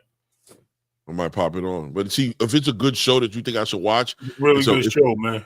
It's a show that I don't want to watch while I'm trying to fall asleep. Like I'm trying to lay up. No. You can fall asleep against it because you're gonna pass out and not feel bad. Yeah, that's gonna be a show you're gonna be like, oh, I need to go back and watch that. Like that was a good show, but I was just too tired to continue. But yo, that got the suspense. What's it about? It's kind of hard to explain, man. All I gotta say, it deals with a tree and a town that don't exist. That's all I gotta tell you. It's crazy. You gave me some elements that made me think I could fall asleep, man. About a damn tree. Oh no! Remember you had no. Check it. You know how you told me you don't like. Yo, is that the movie with that black dude? Yeah, and he's like the sheriff of the town. Yes. My wife's been watching that, and she's been on it a little bit. And, you know, what I mean, I've been catching, like, I come in the room and I see she's watching it. I think I might have caught a little bit of an episode. It's like monsters that come at night, right? And they're like killing people. Yep. Yeah. And it's not predictable, Clay. Right. Not predictable. I mean, to a degree, but it's not nobody falling in the woods or going to investigate something they shouldn't be investigating type shit. Right. Maybe a little bit. A little bit. A little bit. A little bit. Why'd you go there? You know that. Yo, Survivor never fails. No doubt, 2 cents. Easy, right? Watch it, fall out, pass out, get up, don't even give a damn about it. You know you're not supposed to touch that door handle. Why? Oh, bro, it's a whole lot of dumb people, right? Like, I seen one episode I was watching with my wife. I kind of sat down for like 15 minutes on the bed watching it with her while I was kind of doing something else. And I seen this kid go off in the woods with this weirdo. And I was like, why did that kid do that? When I watch those movies, sometimes I get annoyed and frustrated watching these people make the dumbest decisions ever and get themselves in the weirdest, most scariest positions. Like, how do you guys do this, bro? Like, that's what happens when you don't beat your kids, bro. Stuff like that happens. You know what I mean? You gotta beat your kid. They need to bring that back, bro. Allow us to whoop our kids, bro. Stop sitting here front and trying to throw us in jail. They're gonna be beating women, bro. You don't want nah, bro. I believe in beating kids, bro. I ain't gonna lie. I believe in it. I think nobody. How about we don't beat nobody? I believe in beating kids. How about we allow to charge our kids taxes? Like, you know what I mean? They do something wrong, the government pays us for it. Yeah, okay.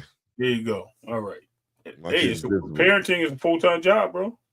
Yeah, you ain't lying. You ain't lying. Bro. Hey guys, you in the building. If you haven't hit the like button, hit the like button. The hacker gonna come up. Thomas Hill gonna show up because let me see who else. They might not. You know what I mean? They might be tired like I am. I put the link in there. If somebody wants to hit the link and come up and build, you definitely welcome to do it. But I'm not mad at you if you don't trust me because you know what I'm saying. I do want to go get on some drugs, man. Nothing crazy, you know what I mean? Just some like NyQuil, something. Ray, did you watch the Supercell? I seen Supercell. I thought that was good. I've been trying to watch that. I was talking to Clay about that. My wife watched it, and I was like, yo, I got to go check that out. But I'll get to it. I'm ready for the next season. I want to see what the next season looks like. It's good. Clay's a Breaking Bad type person, bro. You know? Yeah, I like stuff like that. I wasn't. Thank you, Erico. I appreciate that, man. Thank you, man. Yo, I appreciate everybody in the building, man. Thank you to the co-host Ray Davis. Thank you to all the super chat people participated in that. Swift 718, Boxing Hacker, Mr. Big Play Bray. I appreciate all you guys. If you forgot to put the super chat in, feel free to go ahead and do that. If you forgot to do it. Look, boxing is great. We're going into a great weekend of boxing. I don't know if I'm going to do a live this weekend because we've got like 2 events going on. I might. We'll see how I feel Saturday and what time I'm able to get trying to get some money, bro. I mean, that's what I got to do regardless. But the question is whether or not I'm going to go live after I come home from work. You know what I'm saying? That's the question. I'm late on the Breaking Bad craze. I'm in season 2, episode 5. Then you having a great time, Rick. You know you loving it. Boxing Hack said, yo, the ending to Breaking Bad and the ending of Snowfall has similar theme. Did you notice that claim? Oh, yeah, a little bit. Well, you know, they never want people to make off like a villain. Rick ain't finish it. You know what I mean? Oh, my bad. Right. You know, like Superfly. Superfly ends with like the pimp winning, right? Like he on the boat at the end of it. He done, you know what I'm saying? He with his ladies on the boat. He doing this thing. He done made it. He done sold all kind of drugs. Done all types of stuff. He said, stop. He said, stop. No, I'm not saying the ending, but you don't get at me when you're the one who asked the damn question about don't I think they both ended the same way? But you know how they're gonna do that. You know what I mean? Yeah, right. Yeah, you're gonna love it. Yeah, you are gonna love it. But go watch. What was that towing show they had in Miami? Go watch that shit. I might watch Tow Truck in Miami. Tow. That was the funniest made up. shit. You think that was made up? Yeah. There ain't no way I that was big kinda dude hoping was it that wasn't. stupid, bro. It was like WWE to me, man. I Yeah, kind of it was wanted like, him he to be was real. not. He was not that stupid. If he was that stupid, then shit. More power to him, man. When he got trapped out. 2 cents. I ain't gonna lie. Snowfall, the Snowfall pissed me off. What I about don't care. Snowpiercer? Snowfall. Well, no, I mean that's a good show. It actually was a good movie. I haven't seen the show, but Snowfall pissed me off. The mother in Snowfall had me feeling some kind of way, bro. She had me feeling some kind of way. I was right there with Franklin when she did what she did. I was like, I ain't gonna lie. I don't want to disrespect nobody's mother, but I'm like, this bitch right here. Who raised you, bro? Yeah. Oh my God. I was like, who in the hell raised you? Are you out of your damn mind? You see all the shit that Franklin went through to get to that point? He was on his way out the game. I wanted him to get the bag so bad and just get up out of there. And just Franklin just was somebody I was a fan of because I knew he was one person who I really felt like was trying to play the game for the right reasons. Like, I'm going to get out of this game. I'm not trying to pop off on the females. He tried to do the real estate. He tried to be the businessman. He tried to take care of his family. And to see his mother do what she did, I was like, man, fuck this bitch. Look, you know what I'm saying? A whole bunch of people that don't like that, bro. Look. Yeah, pissed me off too. Yeah, they know what I'm talking about. Yeah, y'all know what I'm talking about. Y'all know Franklin got done extra dirty. And then to see Franklin, he got done extra dirty, bro. I ain't like it, bro. I wanted him to come up so bad, bro. I wanted him to come up so bad. But I knew he wasn't. I knew that eventually the show was made to, like, I know he wasn't, but the way when she just, right when he was giving out that code, you know what I mean? To get him there to the promised land and shoot him like 70 mil real quick in his bank account, get him right where he need to be. Bang. I'm looking at her like, A2 Brute? A2? Like, what in the world? Oh man, it was disgusting. It was nasty work. But it was a great show all the way up into the into that last season, to the last episodes of last season. The show was awesome. Right. Facts, are they doing anything for the Navarrete Oscar fight on TV, on YouTube or whatever? Are they doing any? Because I didn't catch anything, man. What do you mean? Like weigh-ins and stuff like that, like face-off, stuff like that? Yeah. But it would the weigh-in be tomorrow, if anything, right? Right. No, you talking about isn't like one of the fights tomorrow? They're having two press conferences today. They're having the Tank Davis press conference today, and they're also doing the Hitchinson's Liam Paro press conference today, and obviously the weigh-ins tomorrow. As far as Oscar and Emmanuel, I don't know. Or something, right? Because they fight tomorrow. Don't they fight tomorrow? Who? When does Oscar Valdez? I think they're fighting Saturday night, bro. At the same time. Okay. Yeah. Oh, okay. So then they should be doing live. They should have some press conference today too. So we should have 3 conferences today. Yeah. Okay. Yeah, man. Oh, there you go. You got something to watch and fall asleep to. Yeah, that's what I'm gonna do. I'm gonna catch this Tank. I was gonna go out today. I know Dub gonna be pissed at me because he's like, every time I try to invite you somewhere to combine, you always find a way to get out of it. I know how you think. Listen, it ain't snowing over there, bro. No, it's not snowing, but it's cold, man. And my body ache. Like I feel like I got the flu. Huh? You ain't in the Ohio Valley area, or that area over there? No. But I'm kind of achy and whatnot. You know what I'm saying? So just like, Boxing Hacker, where you at? It's cold as hell because it's cold. I'm in Jersey, man. I'm on the water, bro. It's nasty. You know what I mean? The weather ain't playing nice. Yeah, 2 Cents says, good luck to Africa. Should be a good fight. I am. I'm rooting for Africa, man. Listen, I want to see him win. I just don't. I'm sorry. I want him to win. I know you're going with Liam. It's not. No. I think rightfully so. Listen. Yeah. Listen to me. What I want to happen and what I think is going to happen are 2 different things. So, like you said, good luck to Africa. I want him to win. Should be a good fight, but I just think Liam Paro just going. He just a little too much. We'll find out if he is who we think he is. Let's put it that way. That's what it's going to be. That's why I said I call it the acid test for those guys. Saturday's going to be the acid test. We're going to find out if it's real gold or fool's gold. Secret dance move says, yo, salute legacy over currency. Montet. Salute. This was a good question. and I appreciate this question. I think I spoke about it a little bit earlier, but I appreciate questions like this, right? He says, Clay, how do you balance what you want to talk about and what your viewers want to talk about, which is the tank change situation? I was just talking about it earlier, man. You know, this channel is going to grow, and I'm hoping that it'll be a staple in the space as far as boxing conversations are concerned, you know, years down the line. I told Ray when I started this channel, like I had a 3 to 5 year plan, right? I mean, like 3 to 5 years, I wanted the channel to, you know, to reach certain goals. But I know it's going to be a slow growth because the reality is what a lot of the casuals want to talk about. Generally, I'm not that interested in those conversations, right? I would say most of the time, I'm just like, I'm more so more aligned with the real hardcore boxing fans. I'm gonna be real with you, and that's not to give myself props or make myself above anybody else, but it's just to say that I like to cover the sport. I like to talk about the fights. I like to talk about the fights that are happening and the fights that I want to see. I'm not really into the surface level, you know, I mean, everybody goes to, you know, I mean, I couldn't imagine doing what I see some of these content creation platforms do, which is every single day talk about the same topic over and over and over again. I hate that. But I also have to acknowledge that I do want viewership. I do want to attract subscribers. I do want the channel to grow. I want the channel to grow, right? And what does it take for me to do that? It means I got to try to find some balance in there to go ahead and have those conversations, but at the same time, not let go of why I'm here. Because like the comparison I made to cooking I did earlier. I love cooking, but you know, if I'm cooking for 100 people, I could lose the passion for cooking, and I don't want to lose the passion for speaking on boxing. So I don't have a real direct system, secret dance move to doing it. I try to balance it as much as I can. If you guys really pay attention to the channel, you know that we don't talk about Tank every day here.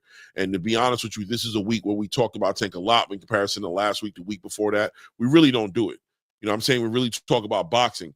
But on a week like this, where it's, you know, the rollout, the press conference, and all these different things, it's hard to get around it. You kind of got to walk right into it, but you walk right into it knowing that you're going to deal with a lot of, you know, the fanatics coming in here and doing what they do, right?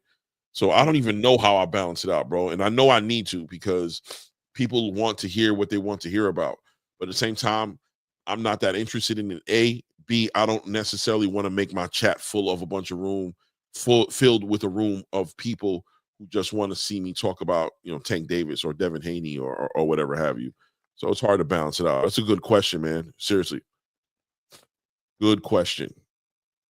You know, we barely get winters. They're talking about weather right now, huh?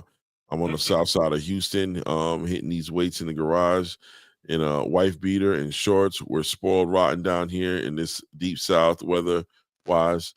Pretty tropical year round. Yeah, my sister wants me to move to Houston. My wife wants to move too, man. My wife wants to move to Houston. I'm trying to push back and fight it. She wants to buy a house out there, man. I'm just like, man, I'm 47 years old. I don't want to fucking buy no. I want to buy no damn house.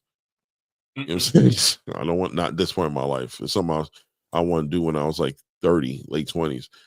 Fly Frequency says, Clay, is Boots a duck? Man, he's not a duck, man. He's not a duck, but it's getting more and more difficult with this Boots situation. I'm leaving it alone. Don't run. Listen, man. It's difficult, bro. It's difficult because it don't look good, man. And I think I'm going to say at a minimum, I'm going to keep it 100 with you. I don't like the decision. He should have went. He should have took the opportunity, bro. I'm glad he asked me. So look, this is what I'm going to say. Yeah. What's up, Ty? What's going on? Look, at the end of the day, I look at it in two ways.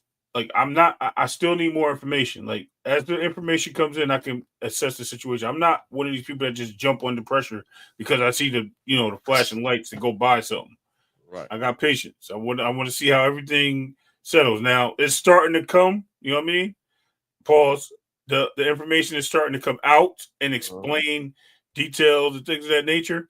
So I am leaning more towards, he chose not to make this fight or for certain reasons, but we'll find out. You know what I mean? There's two sides to every story, so we have to wait. We have to wait and see. And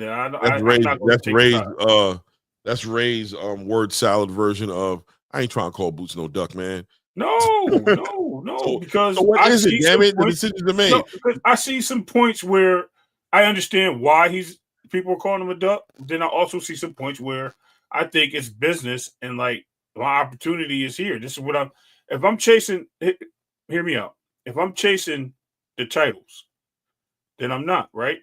I'm going to be, and another thing I look at is I'm going to be a duck either way. If I move to 54, all these guys at 147 are going to call me a duck, right? They're going to say it. But if I stay here and fight you these can read guys, what Freaking put on here is very important. It's very important. Clay, if Turkey said his team ain't keep their word in my face, I mean on my fence, bro. Boots is As my Clay, guy. if Turkey said his team ain't keeping their word, I'm on the fence, bro. Boots is my guy. That's an important part for me. I ain't gonna lie too. What Turkey said about the way they've been dealing with it and how they kind of let him on. Turkey ain't the end all be all, but I've always found him to be so far a pretty honest, transparent person. He doesn't seem like he's pretty much messed with the truth, and the way he's speaking about it, I don't like it. You know what I mean? Just saying like, Boots pretty much, just kind of went, black, you know what I mean? Went underground. Went underground, and there was communication there, and he was leading to believe that the fight was going to be put on. He pretty much, in so many words, Turkey said, pretty much accepted the fight. He was just waiting on Boots to sign the contract. And I think the most important part about it, Ray, is the lack of communication of being like, I'm telling him I'm not going to do it. That's what I said. There's the other side. So as I was saying, you have 4 guys here that I can fight and try to unify, especially with Eddie's probably talking to his guys trying to make these moves. He's probably trying to get young boy over there to fight Standing Honest. He's probably trying to get Conor Ben to fight Barrios, right? Those brings those titles there. If he can get the fight secured with Brian Norman. I mean, I hear what you're saying, but hold on. At the same time, though, but I hear as to why. That's over there. The why is one thing, but the how he did it. Right. But let me continue to cook, right? So now on the other side, I can see Eddie Hearn saying, yo, listen, whatever happens, let me deal with Turkey. You stay quiet, you stay there. We'll deal with it. Yep, I can see that. You know Eddie why I see that? Doing that because one thing Eddie is not gonna do is play with Turkey's time or his face. And he's never gonna instruct Boots not to communicate with Turkey if Turkey's trying to communicate with him. Wouldn't it be Eddie communicating? Wouldn't it be Eddie communicating, period? So because he's representing Boots. Wait. No. Turkey, we have to be honest and genuine about what Turkey said. Turkey said there was communication there with Boots. They were speaking regularly, and he was led to believe this fight was going to happen. Then all of a sudden, he's not answering his phone anymore. So if Eddie was going to give Boots instructions not to speak to Turkey, then it would have happened in the beginning, like just speak through me. No, this is about Boots and his team being indecisive and putting Turkey in a compromised situation to where Turkey has promised Virgil that he's going to do something because Boots has given Turkey the go-ahead to say that he's willing to do it. And instead of Boots speaking with Turkey, answering the phone and letting him know that he changed his mind, and listen, we grown man in the hood, we've all dealt with people, wishy-washy people before. And you know how much, I know me personally, I can't stand a wishy-washy mode. I can't stand it. I can't stand working with somebody who's wishy-washy, who can't just keep it a bill with what's going on. So let's just be honest to understand that at this point, some people, it's like a bill collector, right? Somebody calling your phone. I see your phone ringing and I see you constantly not answering that phone call. What does it look like you're doing? Oh, well, it depends if it's a service call or not. No, if your phone is ringing, I'm like, why are you ducking that call? I'm gonna say you ducking that call. You don't want to don't want to answer that call, bro. Absolutely. You know what I'm saying? Absolutely. That's what I'm gonna say to you. It's one thing to answer the phone and be a G about it and be like, "What's up, man? Hey, Turkey, I've been thinking about things. I don't think I'm gonna do that, man. Too little time, or I want to stay at 147, or whatever have you." But sitting here playing that game, that what Turkey described in that interview, right? It's bad, and I'm not ready. I'm not trying to call him a duck, but I am gonna say that it looks bad, and it's hard for me. Like what Frequency said right here. You know what I mean? Clay, if Turkey said his team ain't keeping their word, I'm on the fence, bro. Boots is my guy because I think what Frequent is basically saying is I have no reason not to believe Turkey.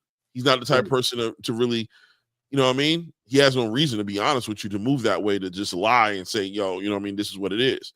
He seems to be the kind of person who tries to stand on business. So I think Bozy, I think that whole Boots team needs to become a little more decisive. They need to speak more what they want, tell them what they don't want.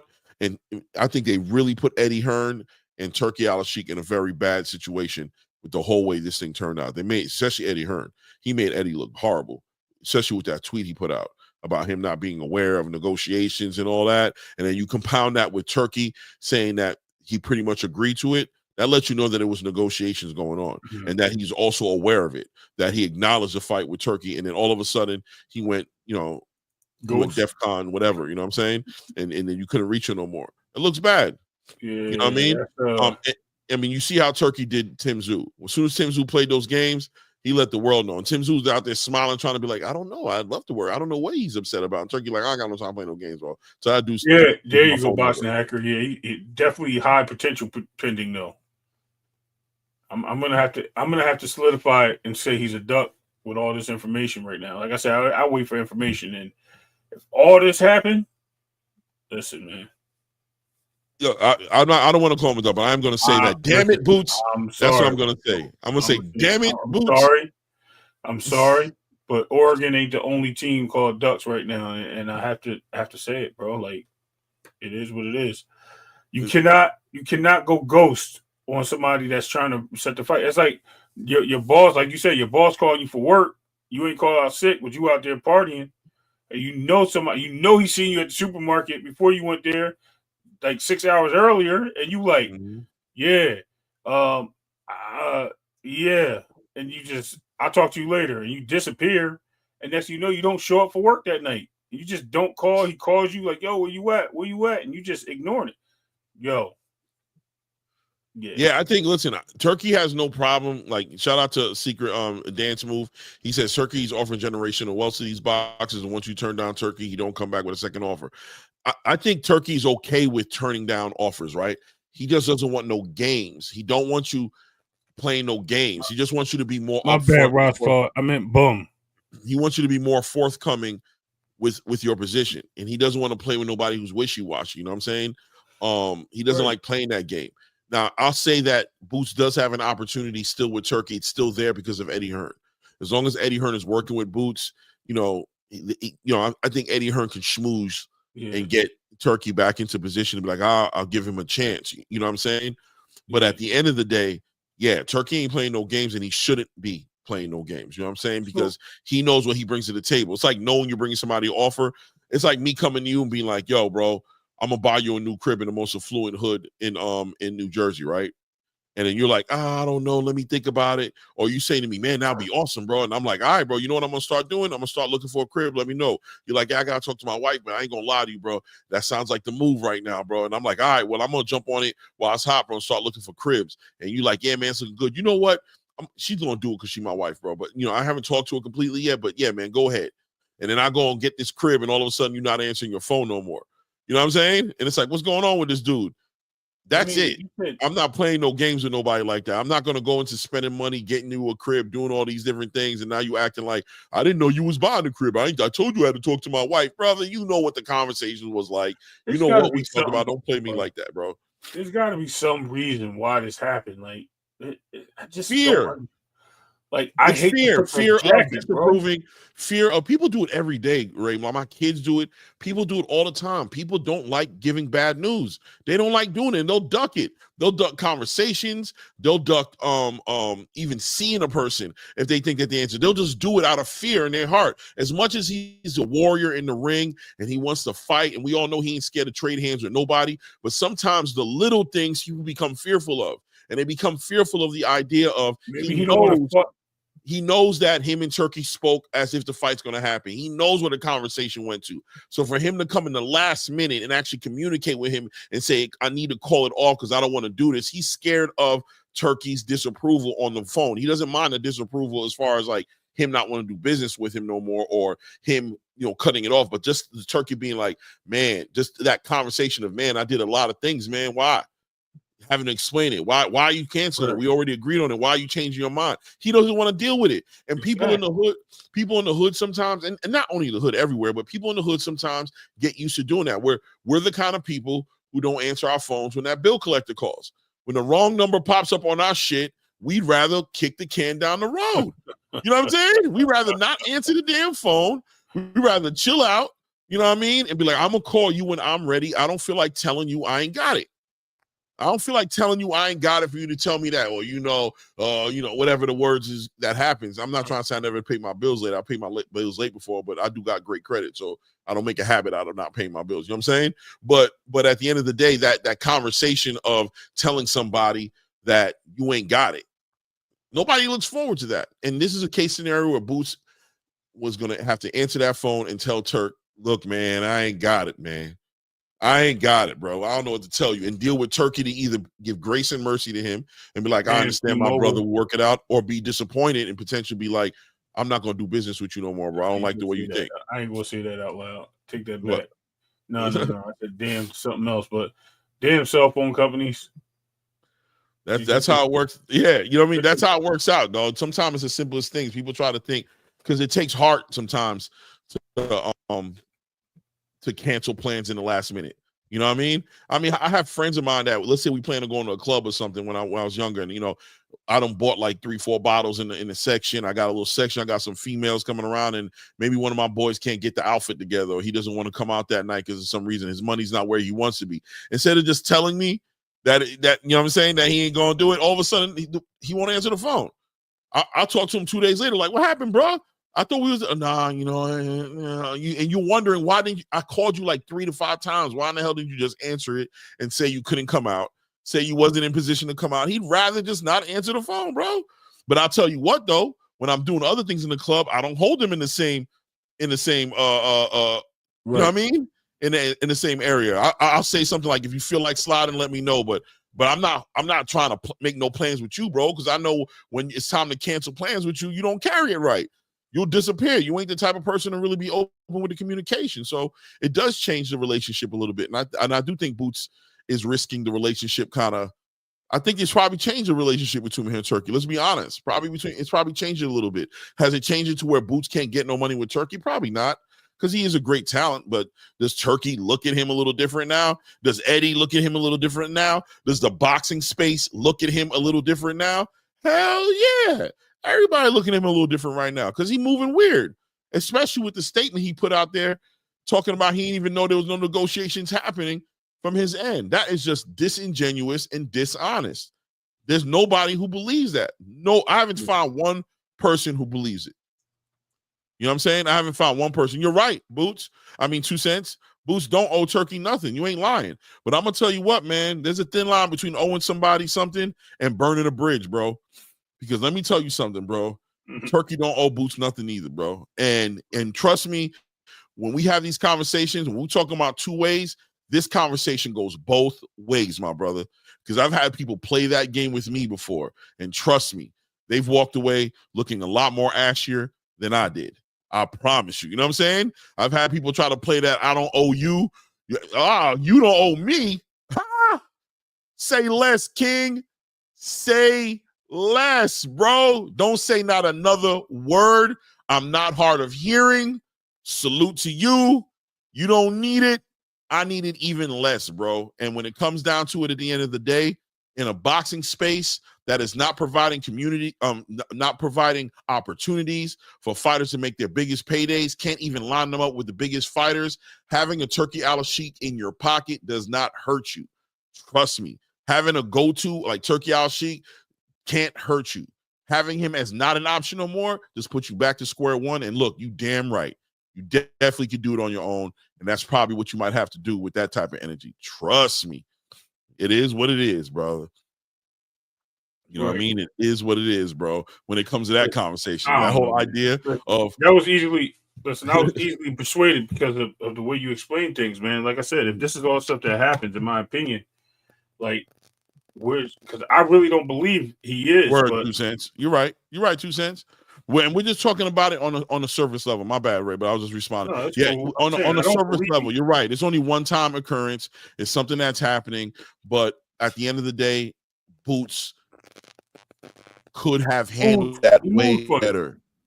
He definitely could have handled that way better, and he might take that into consideration moving forward with his own brand and his own company, his own business, he might consider, moving a little differently next time, because it doesn't look good from the outside looking in, emphasizing on the outside, of course. You know what I'm saying? Boxing can't let Turkey dictate. Yeah, you're right, Roscott. You are 100% right, bro. And I don't think that Turkey's trying to dictate it. But let me tell you, man, there's something about the person who's too good to answer the phone, bro. There's something about that attitude, that energy of somebody who's just too good to respond to me when we've been communicating already. And all of a sudden, you don't have to speak to me. You don't owe me nothing. Y'all know what I'm talking about. There's people, when it gets tough, they turn to that. They turn to that energy. I don't owe you nothing.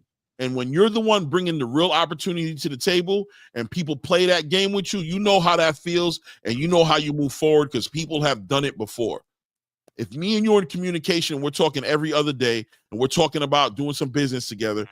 I believe 50 Cent and Floyd Mayweather went through the same thing, where 50 was like, yo, let's make this boxing promotional company. 50 put up some bread while Floyd was in jail, and they came out. Instead of Floyd just communicating with 50 and being like, yo, I don't want to do it no more, he all of a sudden went black on him, wouldn't answer the phones, wouldn't do that. Meanwhile, you told him that you was willing to do this. Turkey put up a couple of $100,000 to get the promotional company going, and all of a sudden, you don't want to answer the phone call no more. You see how their relationship end up going. Those guys was kissing, Floyd was kissing 50 Cent on the forehead right on camera. You know what I mean? Had him right on the panel when he was doing his post-conference meetings. But it changed because, yeah, bro, you're right. You don't owe me nothing. But if we really friends, or if we really doing business and we have no problems with each other, you going black on me in the middle of a negotiation, or when right in the last minute too, while I'm trying to get some understanding because I'm trying to make an announcement on this card in like 2 or 3 days, and then you fade away on me. Come on, bro. Come on, bro. You know what I'm saying, right? Am I lying, Ray? No, you're 100% right. But these are the things. Like 2 or 3 days, and I'm sitting here like, damn, bro, I don't even know what to say no more right now. He ain't sending the contract back. I don't want to just look over him and put another fighter there. He's not answering. He said he was going to do it. Damn, it's like 48 hours, and I got my own schedule. I'm trying to make this announcement, trying to get this all put together, and this kid won't even answer the phone. Right. And then when I call Eddie, he like, I don't know either, man. He has to make a decision. He might not. I don't know. You might want to just take him off the car. I was like, well, where is he then? Yeah. Where is he coming? 2 Cents said, where is this information coming from, Clay? It's coming from Turkey. If you look at the interview between him, Adelaide, and Ariel Helwani, you'll see what he talks about the situation, about how Boots just didn't want to answer the phone no more. And then how Boots had agreed on the fight. You can pull it up, the interview. You're going to see him talk about it. You know what I mean? I mean, it is what it is. You know what I'm saying? It is what it is. But it does look, yeah, Eric. Oh, Eddie said they accepted the offer at 147. Listen, man, if you hear what Turkey's saying, you know what I mean? He's putting it on Boots, because if that's the case, if they accepted the offer at 147, then more than likely, I would think Turkey would have put it on Virgil to be like, Virgil and accept it. You know what I'm saying? We could take it for whatever it's worth. It doesn't look good from the outside looking in. I can tell you right now, Turkey's definitely looking at the situation like, damn, Boots. That's how he's looking at it. He's looking at it like, damn, but that's why Frequent said what he said. You know what I mean? He's looking at it like, damn, Boots. Yeah, see, Eric, oh, no, Boots team accepted, but then Virgil team switched it to 154, 100. Okay. That's what I initially said that, though. So yeah, that's why I was saying it wasn't a duck. That's why I said it wasn't a duck. But, okay, so deny the offer. Don't take it. Say, I don't want to do it. I'm not doing it. Why have it to the point to where 2 days before the fight, Turkey's still thinking that the fight's going to happen? I'm telling you, no matter how you paint it, right? So it's fine. Hey, let's say they switch it up to 154. Why can't you answer the phone and says, I'm not signing that contract because I don't want to fight 154? Huh? So now you get word that this guy just switched it to 54 in the middle of you of negotiating or signing some document, and you're already signed for 147. They're like, nah, you want to fight at 154. That doesn't specify duck. That's like, yo, this guy doing shady business. I don't want to work with it. So what's stopping you from communicating and using your vocal cords and your lips to communicate that you're not doing it? You said it earlier, right? Sometimes we get in our feelings or we just avoid certain things. Maybe he knew he was in his feelings, and I'm speculating now. You know what I mean? Being in his feelings, he's like, "Yo, man, I do don't that want to to deal with me. this guy right now." Do that to He me. should have literally called. He should have called ahead of time and say, "Look, this guy wants to fight at 154 before all this thing went public." Now it's a problem. So, from my point of view, you do that to me, you're gonna get tickets to come to the events. I like you, but my money in your pockets will never meet. Our business will never happen because you're building up a bad habit, and we're just gonna be okay without each other. You get me? We're gonna move on, and we're gonna be all right without each other. You're gonna do what you do, I do what I do. Eddie comes to the event, you get tickets, but our business is gonna be suspect because personally, me speaking from my point of view, I ain't got time for that when I'm trying to do the big things that I'm trying to do for boxing. When I'm spending money and doing those big things, I ain't got time for that. So I hear you. I'm okay as well. And you'll be okay. And it looks like you'll be okay as well too. And that's how we'll just move forward with it from there. At this point, it still looks bad though, Clay. Like either way, it looks bad. Yeah. And it just shows poor business on both sides. Not on both sides. On Boots' side. It does, because if you're switching it up without letting me know, and then I find out you want me to fight. No, it's not getting switched up without letting him know, bro. If it was offer was 147, you said that it was stated to be 147. It was already done, and then you're telling me this guy said he ain't making a deal, and then he moved it to 154, and we're negotiating. Like, yo, I didn't sign up for that. Like, yeah, I should have reached out, or you should have reached out to me. We should have this conversation behind the scenes. Eddie was fully aware of what the situation was. He explained it. No, it's not blaming Eddie. Somebody's at fault. There's no excuse for not answering the phone, bro. There just isn't. There really isn't. Like, there's no excuse. Like, I mean, whatever. It doesn't add up. I'm gonna tell you like this. It just don't add up to no money for Boots, bro. That's my point. That's what it does. It don't add up to, even if Boots wants to be if Boots wants to be in a position of being right, it's okay. But let me tell you, a wise man once told me, and this is according to my marriage, you know what I'm saying? According to being in a relationship, they said you can either be happy or you can be right, and very rarely are you doing both at the same time. That's how life works. You can be right in your brokenness and in your lack of opportunity, in the lack of your fights, or you could be happy by using your common sense to do business the right way, which is all it took was, first of all, you didn't communicate to Turkey while he's trying to reach out to you. He's trying to reach out to you. You're not answering the phone. Secondly, you put a tweet out saying that you are unaware of any negotiations happening. My friend, you out of pocket, bro. You out of pocket. You know what I'm saying? Because A, you don't answer my phone calls. 2, you trying to play the world and act like you weren't aware of nothing going on, bro. That's disingenuous, bro. It's disingenuous, right? It's just, who got time for those kind of games? And unfortunately, as great of a fighter as Boots is, and I give him all types of respect on that level, this does throw shots at his instincts and his integrity. It throws shots at that because it's disingenuous, A, not to answer the phone. I agree. Knowing what I'm calling you for, but the fact that you would have the audacity to put a tweet out to saying that you were unaware of these negotiations happening, that just turns everything else into a really dog. Yeah, that makes really. That's a problem. You didn't know? Now you didn't know? Nah, bro. Nah, bro. What you mean you didn't know?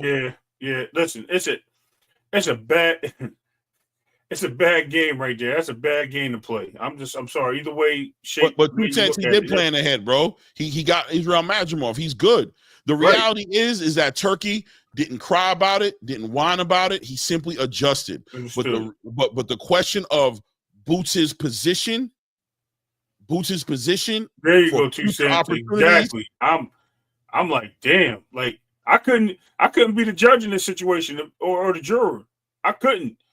This is crazy. But then, like you said, that whole he did put that tweet out there after all this. Yeah, it don't look good for y'all. What's up, Flyer? What's going on, y'all? Yo, I think it don't look good. Boots said he was unaware, right? Turkey Al-Sheikh did say that he didn't speak to Boots directly. Mm-hmm. So he could have been talking to his team, but you got to take in consideration that it was Thanksgiving. Boots had just got done fighting. Boots a damn Muslim, man. What the hell Boots? No, he's not. Boots not a Muslim. Boots not his Muslim. father is, all right. I don't know. I just know. My bad. I thought they was. Bro. I think Boots' brother is Muslim, but Boots, no, he not a Muslim. Oh, I didn't know that. I ain't gonna lie. I know their gym is up above like the mosque or something, right? Salute to Robert Chandler in the building. That's what I heard. But yeah, okay, my bad. I didn't think he celebrated, but maybe he does. It is what it is, you know. But yeah, bro, listen, man. There's just no excuse, man. And then taking what Greg Hackett said, though, Greg Hackett said Boots, you know, when he saw Boots didn't know. He said, you know, they was running ball and Boots came walking in the gym. That's the only reason why he, you know, approached him. And he said Boots didn't know. You know, he said he wasn't even on that, you know, because of the whole Thanksgiving thing. Say he had just fought. He was spending time with his family, you know, taking it easy. He was in the gym about to run ball, you know. So, you know, I don't think Boots was lying either. You know, and you know, because what Turkey said, I can't get past the human nature of this whole situation. I find it very difficult to believe that if I'm working with Ray Davis and Flyer Frequency, that there's any way that I could be aware of something going on with business that we have dealing with each other, and that you guys don't know about it. Like that, I wouldn't speak to you guys. That I would honestly play that game of not letting y'all know of something going on. And I'm putting that together as a saying that Eddie Hearn. To the idea that Eddie Hearn has spoken to reporters about that we all understood that Boots had a decision to make to either vacate at 147 and go up to 154 or stay at 147. We all were aware of that. And that when every time somebody asked Eddie Hearn that question, he had an answer for it. To think that he would communicate that freely with press, but never communicate to Boots what was really on the table based off of Boots celebrating Thanksgiving. It's hard for me. It's not something I can just freely just go with and be like, maybe I can't do it with a straight face. I can't do it with a straight face, bro. I'd be lying to myself, bro. I just can't do it with a straight face, bro. You know what I mean? To think that would even happen, bro. To think that YSM wouldn't communicate to him. All the content creators that communicate with Boots, that none of these dudes would have communicated to him, that they thinking that there's going to be a fight between him and Virgil Ortiz on one of the biggest cards ever made. And that he was just in the dark like, come on, bro. Really? I can't do it. I can't do it, man. There's too many variables and loose ends here, man, to tie. So even like, Erico, I hear you that Eddie Hearn that you want to say he has a shady background. It just seems hard to hide what the whole world knew away from Boots. You feel me? Right. I mean, but what you're saying, what you're saying about Eddie Hearn, though, you know, that the same situation happened with Eddie Hearn and Devin Haney. Remember we was talking about that? How Devin Haney, you know, he was going for the money fights or whatnot, and that was the last page they was on that they communicated with each other. And then all of a sudden, after Ryan Garcia started acting crazy and stuff, and the ticket sales started going down, Devin Haney changed his mind and he said he's going for legacy fights from now on. He's going for undisputed. He's going to fight Matias and all of that stuff. And then Eddie Hearn came up right after him and said he was about to drop the belts. You know what I'm saying? It was a miscommunication between them two. So it's not hard to, you know, fathom that he would do the same thing with Boots, though. I just can't do it, bro. I just can't do it. I'm not even trying to like defend Eddie Hearns, bro. It's not about Eddie Hearns. What I'm saying is let's do it like this. Eddie Hearns didn't tell Boots, right? Let's own that. Eddie didn't tell Boots. Eddie did not tell Boots. How does Boots not get enough information to at least question it? Who in this chat is trying to entertain the idea that Boots Ennis did not know there was a negotiation being made for him to fight Virgil Ortiz on February 22nd? Yo, Boots was like fresh off a fight though. He just fought literally 2 or 3 days after he just fought. Boots fought. Let's look at the schedule here. And it's Thanksgiving. Let's think about this right here. November 12th or something like that. 11th. Jerron Ennis. November, was it? Like, let's see what it is. I think it was the 12th. Yeah, I feel like I think it was the 12th too. No, it was the 9th. I was right. It was the 9th. So November 9th, he just finished the fight, right? Let's look at a calendar right here. Though this is so, I'm telling you right now, we're about to find out this is not even believable when I finish going through this. And this is off the top of my head. It's not even, people are trying to say days and turn it into something that it's not. It's not about days, bro. This is not days. This is nonsense. This is absolute nonsense. Let's check it out. Let's check it out here. Let's look at the calendar here. Oh, where's November? Here it is right here. November 9th. Okay. The following week of the 11th. Going to the following week of the 18th. Going to the Thanksgiving is 3 weeks later. Okay. Thanksgiving is 3 weeks later. This conversation about this February 22nd card was going on before that fight that Boots had. Right? Everybody was already talking about that fight February 22nd as far as Beterbiev and Bivol and all of them. You can, and Eddie Hearn did multiple interviews about this fight. You know what I'm saying? Hey, Turkey, and his dad spoke on it, and Bozy spoke on it too, believe it or not. Yeah, Bozy everybody spoke on it, bro. He knew about it, bro. There's not him saying he didn't know about it is nonsense, bro. It's nonsense, bro. Now listen, man, that's why Turkey's saying what he's saying on Frequent. He's not playing those games either. He doesn't care. He knows. There's no way this kid did not know. He knows it. He's sitting there like, yo, bro, it is what it is, bro. The man, he said it. He said he was already in communication and spoke to Boots. He said all of a sudden Boots' team went dark on him. He's letting you know the conversation was already happening. Now, the technical idea of this being on paper as a contract and things of that nature, that's up in the air. But between two human beings, we have the understanding of what I'm trying to do for you, bro. And you being completely part of it, saying that, yes, sure, why not? Yeah, that could happen. Okay. Yeah, I'm not scared of no smoke. I'll fight him. All that, even at the press conference, talking about how you're willing to move to 150 for all that, man, to add up to a tweet where you're saying you didn't even know there was negotiations going on your behalf. It's just not genuine, bro. It's disingenuous. Nobody is going to go for that. I mean, if that's what everybody has their free will, they can do whatever they want, bro. If they feel like, yo, that's what it was, God bless everybody. It don't make no difference to me or you, to be honest with you. Our life don't change. But I'm gonna go on record to say I ain't buying it. Period. I'm gonna go on record to say I ain't buying it, man. It is what it is. We all have our decisions to make. But yeah. That being said, though, I'm not gonna stay much longer. It's past 1 o'clock. Been on for like 2.5 hours. It was a pretty decent conversation, man. It is what it is. Let me see what's going on in the chat before I disconnect, because I wasn't really reading as much as I probably should be. Why did every single other boxer on the card accept their offers and Boots was the only guy that said no? Yeah, Boots is going to be on a long vacation. Stanionis, Barrios, and Norman all booked. Who is Boots going to fight anytime soon? That's a fact. That's a fact. That's a major Boots fact. just fought though. He wouldn't be. He's not fighting again until April, May, bro.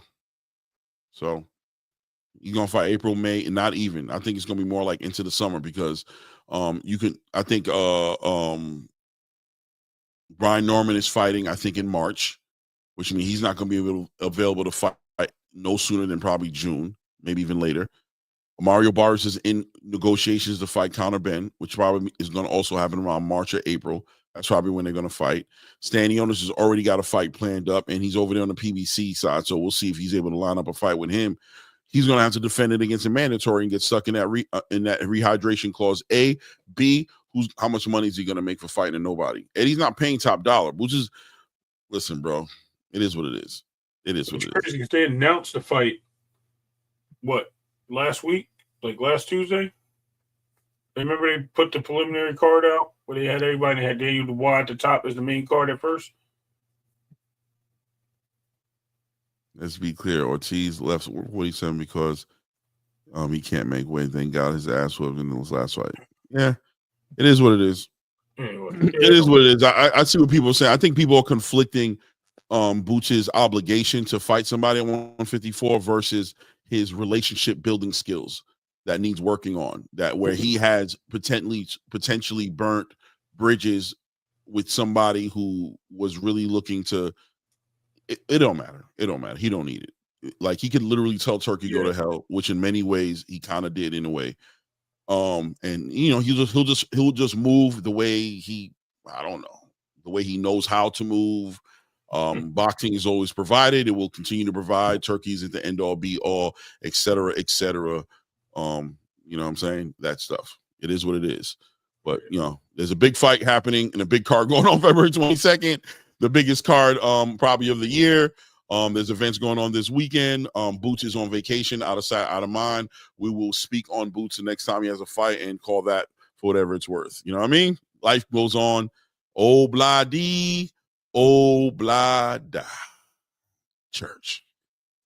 That being said, you know what I'm saying? It is what it is. Did you see the fight last night on Pro Box? No.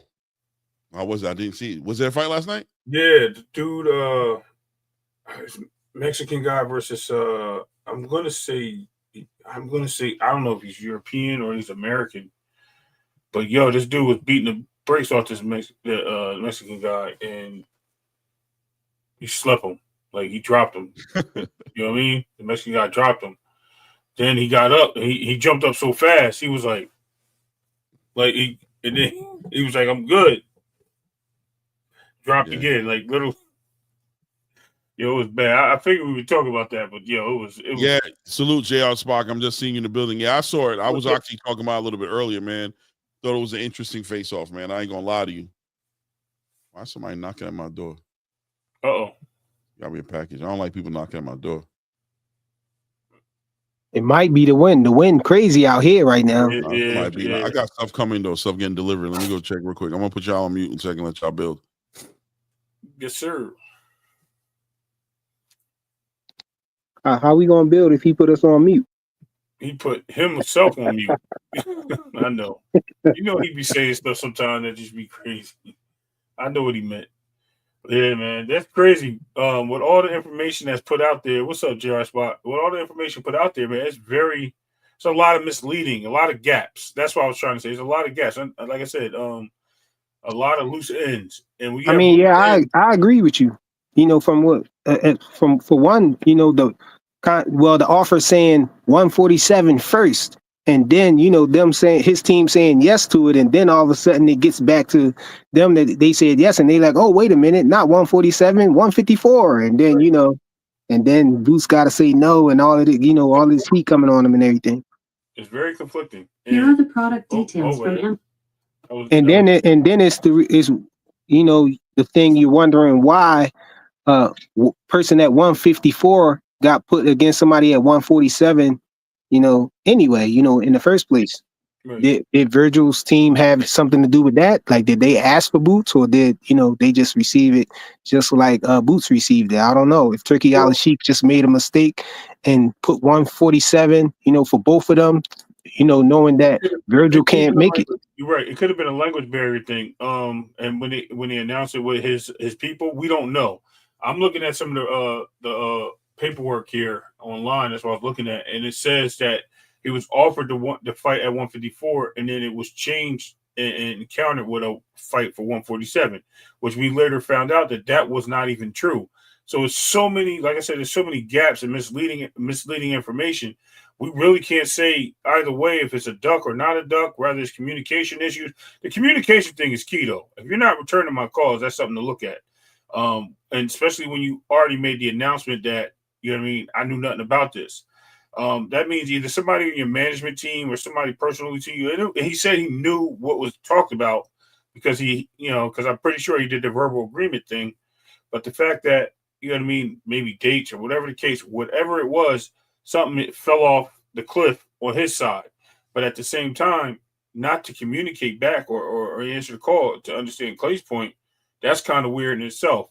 But then, like I said, was it him not responding? Was it his management team? Were they trying to reach out to his management team, trying to get a hold of him? Maybe he's out on, because he just had to fight. He's on vacation. Whatever the case may be, I don't know. I'm not there. I'm not a part of that network. But there's so many loose ends, like I said, and gaps, man. I guess we just have to wait till everything really settles to the end. I mean, at this point, it's no need. The fight's moving forward. The fighters move forward. The Turkey move forward. He's probably looking to set something up here. So, I mean, I'm really past it. But being that you brought it up, I mean, yeah, that's how I look at it. Well, as far as the whole duck thing, though, I got rules when it comes to calling people ducks and stuff like that. One of my rules is you can't be a duck if you're in a whole different weight class. Like you can't be in a higher weight class and call somebody out in a lower weight class and that person turn it down. And then you say that call that person a duck because you're trying to call out somebody smaller in a different weight class. Same thing, vice versa, you know? Right. And I hear you, but let's check this out. He's not a duck in a traditional sense of the word. He's not a duck. I've said that. I keep saying that. I'm not going to call him a duck. But I am going to, the conversation for me is more surrounded around good business versus bad business. That's what I'm talking about. Right. I'm talking about who's at fault for this bad business. That's all I'm saying. You know what I mean? Like, that's all I'm trying to say. Like, good business. He's, you know what I'm saying? I'm saying, you know, Ross Clyde just be talking, man. I ain't even get to say nothing. You know what I mean? That's why you do all the talking, and he said I'm the worst host. What, I didn't talk enough? Yeah, but but listen though, right? Like Boots is not a duck. I do not consider him a duck. I really don't, dog. And I have my definition to it. Pretty much to add on to what Flyer said, what he said as well. I'll add on top of that it's just like a duck is a fearful. It's hard for me to call somebody a duck. Yeah. I think I've got like 2 people I've called a duck in the past like 2 years. Canelo Alvarez and for doing what he's doing with David Benavidez, and probably Frank Martin and Ryan Garcia, right? Nah, I don't even call him a duck. I don't even call him a duck. It gotta be though. He fought for the interim title, and he got the interim title, and then the person who he's supposed to fight by getting the interim title, he said he didn't want to fight him, and said he'd rather fight Tank. I mean, that's a whole other conversation. Saying that he would fight him. I mean, look, bro. I like I said, I didn't call him no duck. You know, I know the scenario you're talking about, but I'm gonna say that I'm not calling Boots. What about Tio? I don't know. I'm not trying to get away from my point. I'm going to stay on my point and keep this on what I'm talking about, which is Boots is, you know what I'm saying? I don't consider Boots to be a duck, but I am criticizing the way he had approached this negotiation. I'm criticizing with the way he dealt with the public, and I'm definitely criticizing that tweet.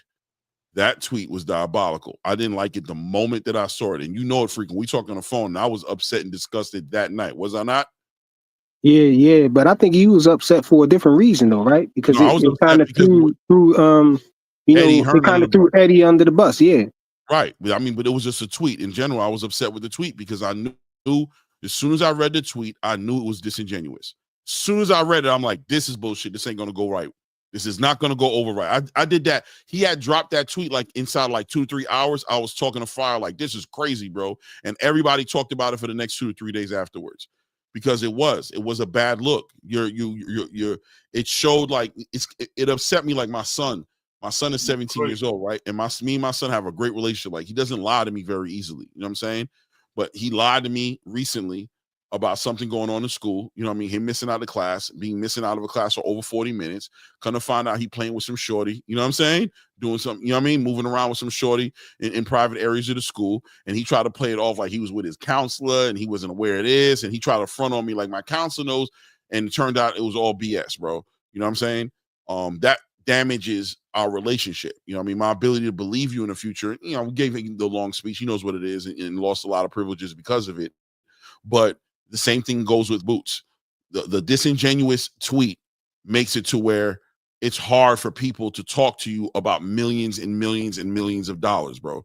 You know what I'm saying? It's hard to discuss with you, bro. You've hurt your credibility because of the way you're carrying it and the way you're kicking the can down the road. It is what it is. The offer was at 154, not 147, boxing fans. Yes, it was. But say no.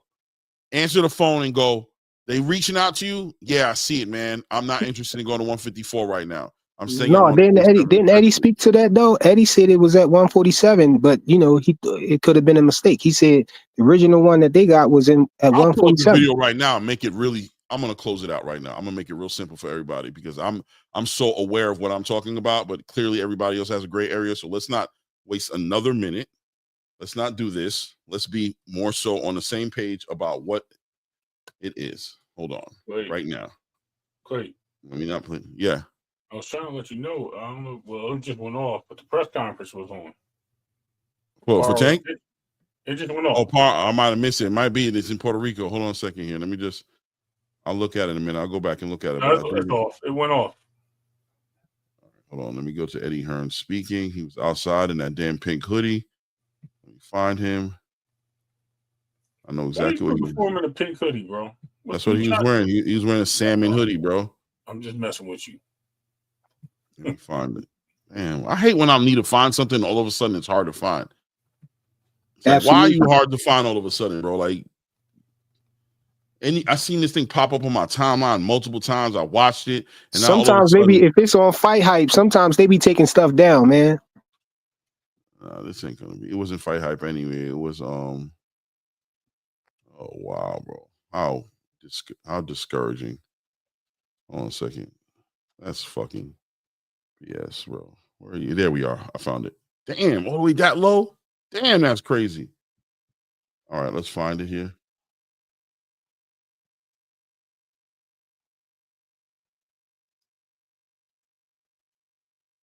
Hold on.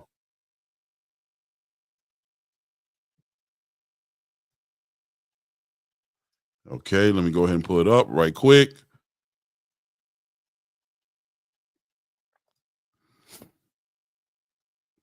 Eddie Hearn confirms.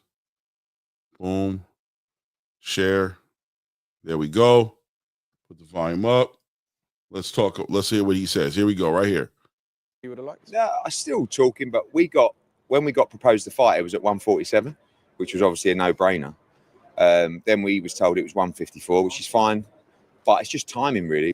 I want to go ahead, and I wanted to be clear that "we" is a powerful word in this conversation.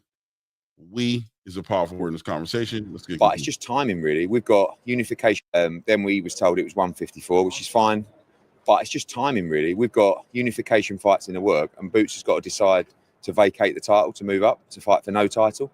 So I wouldn't say it's completely dead, but time-wise, if they're looking to announce it today, it probably won't happen. But it's on Boots. It's up to him. And he hasn't made a decision about his weight class yet, but he's still leaning towards trying to unify. So that's probably going to be the option. Yeah. So beyond February the 22nd. Boom. All right. Okay. So this right here was 5 days ago, right? So at the end of the day, what do we understand? We understand that without a doubt, Eddie Hearn is very comfortable with the pace and the way this thing is rolling out. He understands. Yeah, we got the information. It's at 154. Boots still wants to fight at 147. Hasn't made up his mind if he's going to go up to 154 or be at 147. If they're trying to get the answer today, it's probably not going to happen. Why can't Boots communicate that? You tell me Boots wasn't aware of this? Of what Eddie's talking about right now? Oh, he was. All right. So it is what it is, bro. So okay. So there we have it. It is what it is, bro. It is what it is. And then I can pull up what Turkey said as well. If y'all feel like hearing that, to hear Turkey's version of it and how he saw it. And you'll see. Matter of fact, you know what? Turkey.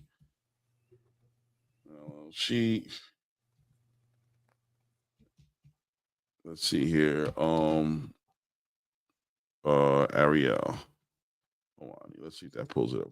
Hopefully that pulls up and doesn't turn this into something more difficult. Here we go. Right here. Boom.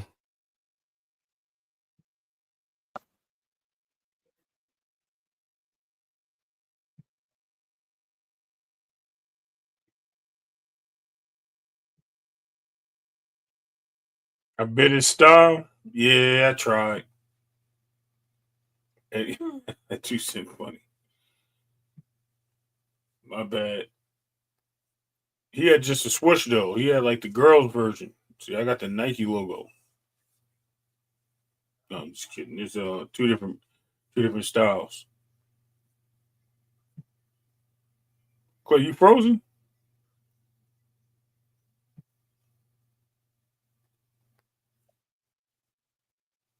I don't know if he frozen. I'm not though. All right, here we go. All right, check it out. All right. About the future of Riyadh season card. Okay, so I'll go first, and then Ade, you follow up. The big one that we were talking about was Virgil Ortiz, Boots Ennis. It does not happen, and we get the announcement that it's Virgil versus Israel Madrimov. Now, there's kind of two parts to that. Number one, why isn't it Boots Ennis? And do you have any concern that Israel's scheduled to fight? you put, first of all, you put 3 options before this, right? Tell me the 3 options. When you say options as far as who Virgil may fight? Yeah. Well, the one that I think we both wanted to see was Virgil versus Boots Ennis, and then we were talking about. First of all, he gave us his word, and in the end, he changed his mind. Boom! Right there, he lets you know off top. First of all, he gave us his word, and then he changed his mind. Let's not take it lightly. That's what he said. That's the first thing he got out the way. And if you heard it, I don't want to put no energy in it, but you heard the tone of his voice turn a little bit about how he felt about. He said, first of all, the most important thing to him was he gave us his word. That's what he's saying, right? So hear that. Yeah. Well, the one that I think we both wanted to see was Virgil versus Boots Ennis, and then we were talking about. First of all, he gave us his word, and in the end, he changed his mind. What I can do for him? Oh no, we're not. He says, "What can I do for him?" Right? In other words, don't hold me accountable. He understands what he's defending right now is the shame that he's having to go through, being that he's promised a fight to a bunch of people, and then all of a sudden this fight is not happening. And not only is it not happening, but it's being painted to look like it was negotiated without him being aware. You feel me? Right. We're not blaming you. What did he say to you? Like, how did he change his mind? He said, which is why Ariel had to defend him, but like, we're not blaming you. Please don't feel that way. He was in and he's out? He's not connecting with me directly, but suddenly he changed his mind, and he stopped answering, and he doesn't want to go to 153, and this is his choice. Okay, and so why did you go with Israel, especially considering Israel has a. All right, so that is what it is right there. Everything else is kind of like. You got to take into it. You got to also understand that there's a language barrier. See, because Turkey first, he said he gave me his word, and then he changed his mind. But then when he asked him again, he said, well, I didn't talk to him directly. He said, right. I didn't connect with him directly. So how can you give somebody a word if you didn't talk to that person directly? That's why I'm saying it's a language barrier there. So everything's be taken. Well, it's not about a language barrier. It's about the communication between Eddie Hearn and Eddie Hearn and Turki Al-Sheikh, who's speaking on the behalf of Boots, right? So it's so if somebody's speaking for you, you can't say that person gave you their word if they didn't give you their word, though. You know, you just hearing from a third party from a person. Okay, that's cool, right? But at the end of the day, Boots knows. Boots is not in the dark. And if he is in the dark, Eddie Hearn has him in the dark. And that's another conversation, right? That's up to Boots to address that, whether he wants to be like, yo, Eddie, you never told me nothing. And then Eddie can defend his stance on it. But I find it hard to believe. I think more than likely what's going to happen is Eddie's going to shut him down like, brother, you stupid or you dumb? You telling me I did not speak to you about this? And you didn't tell me but that's the same situation. We saw that happen with Devin Haney, though. So we know it is possible because it happened with Devin Haney. How did it happen with Devin Haney? Because Devin Haney said that he was going for legacy, and he was going for undisputed and all of that. And then Eddie Hearn turned around right after that and said he's going to be dropping the belts. And what do we attribute that to? Saying that Eddie Hearn didn't get the memo, saying they didn't communicate with each he's going to drop the belts. He said more than likely he's going to drop the belts, and he was saying that off the strength of a conversation Devin Haney had with Eddie Hearn about being a prize fighter. And he simply said and kept it 100 in that interview that fighting Sandor Martin wasn't no prize fighting type of material. There was no money in it. So he's expecting that Devin Haney would drop the belts because Devin wasn't trying to unify or be undisputed at that time. He was trying to become the most paid dude. He's trying to be a prize fighter. I understand that, Clay. But what I'm talking about is the miscommunication, the lack of communication. They were both on. See, when Eddie Hearn said that was after Devin Haney said what he said. So they weren't on the same page because of a lack of communication between him and Eddie Hearn. It could be the same thing with Boots. It could be the same. Listen, fine. You understand that part right there? No, not at all, because I don't believe it's genuine. I'm gonna be real with you. That's how I feel about it. I'm talking about with the Devin Haney and that tweet that Boots put out was bullshit. But with Devin Haney and Eddie Hearn, do you agree that there was a lack of communication there, though? Listen, because they both said different things. I'm not there. I don't know. Maybe, yes. Lack of communication is not a sin. Lying yeah, but we won't say that. Oh, Devin Haney's lying, because Devin Haney said He said, we won't say that Eddie Hearn's lying either. But Devin Haney said, I don't know why he keeps saying that, talking about I'm gonna drop the belt. I ain't dropping no belt. He said, if you ain't, he said basically the same thing. Right, but Eddie Hearn didn't say he's dropping the belt. He said he probably would be dropping the belt. We can pull that interview up as well. He didn't say he's dropping the belt and this is what we're doing. He said he's expecting that Eddie Hearn, that Devin Haney would be dropping the belt because he does not want to make that fight with Sandor Martin, and the consequence to not making that fight is your belt being taken from you. That's the consequence to it. And he knew from speaking to Devin Haney that Devin Haney did not want to fight Sandor Martin. So he's giving you a logical ending conclusion to a decision that Devin Haney was making, right? That Devin Haney and him spoke, and the decision was, I don't want to fight no damn Sandor Martin, bro. That wasn't right though, because that wasn't accurate, because Devin Haney was trying to fight Sandor Martin, and he got upset because Devin Haney didn't bid on the purse bid. Remember? Because Eddie Hearn didn't want to do. Eddie Hearn didn't want to take that. Some straight up common sense, right? What I'm saying to you is, are you trying to tell me that Eddie Hearn and Devin Haney never spoke about fighting Sandor Martin? Yes, he did. Yeah, yes, but what I'm saying is it was a lack of communication. Wait. So now are you saying that in that conversation, Devin Haney told Eddie Hearn he want to fight Sandor Martin, and Eddie Hearn went and blatantly lied and said that he won't be fighting Sandor Martin? That's what I'm saying. I'm saying neither one lied. I'm saying that in this situation with Boots and him, neither one lied. I'm saying it was a lack of communication. I know what you're saying. I know the lack of communication. Like I just told you, the lack of communication is not a sin. Those things happen. Lying is a sin. Telling a falsehood, knowing it's not what you're saying it is a sin. Boots Ennis delivering a message that he was unaware of an ongoing negotiation going on to potentially fight Virgil Ortiz in Riyadh season on February 22nd is a lie, bro. That's what I'm saying. I mean, how do you know that? True, I want to be clear, because it is. Because there's no way nobody out here is sitting here believing that he did not know that there was a negotiation pending his approval, bro. There's what people believe in don't make it a fact, bro. To believe something is to take it off face value without having proof. That's what belief means. It means not having proof.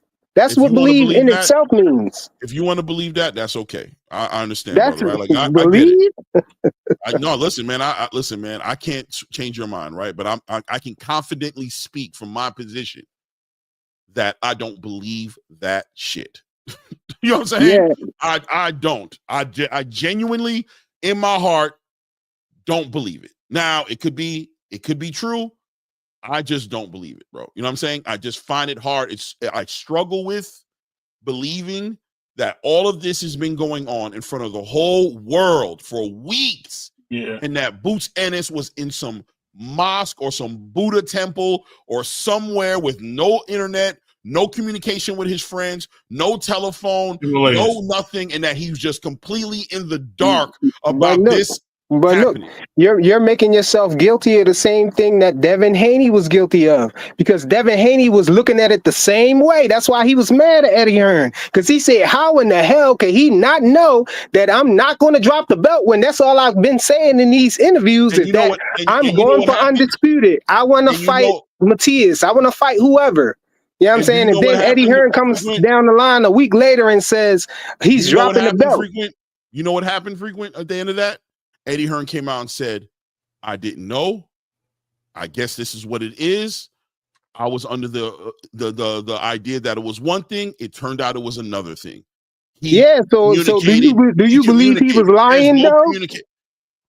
Do you think he was lying? Because it was being interviewed. Let's not play on words. He said that in interviews, bro. Let's not play on words. I really want there to be some real understanding. I'm not trying to win or lose a debate. That's not what this is about, right? But I just want you to understand that this is not oranges to oranges. There are different pieces to this conversation that aren't involved in the other one. And I'll make it clear, right?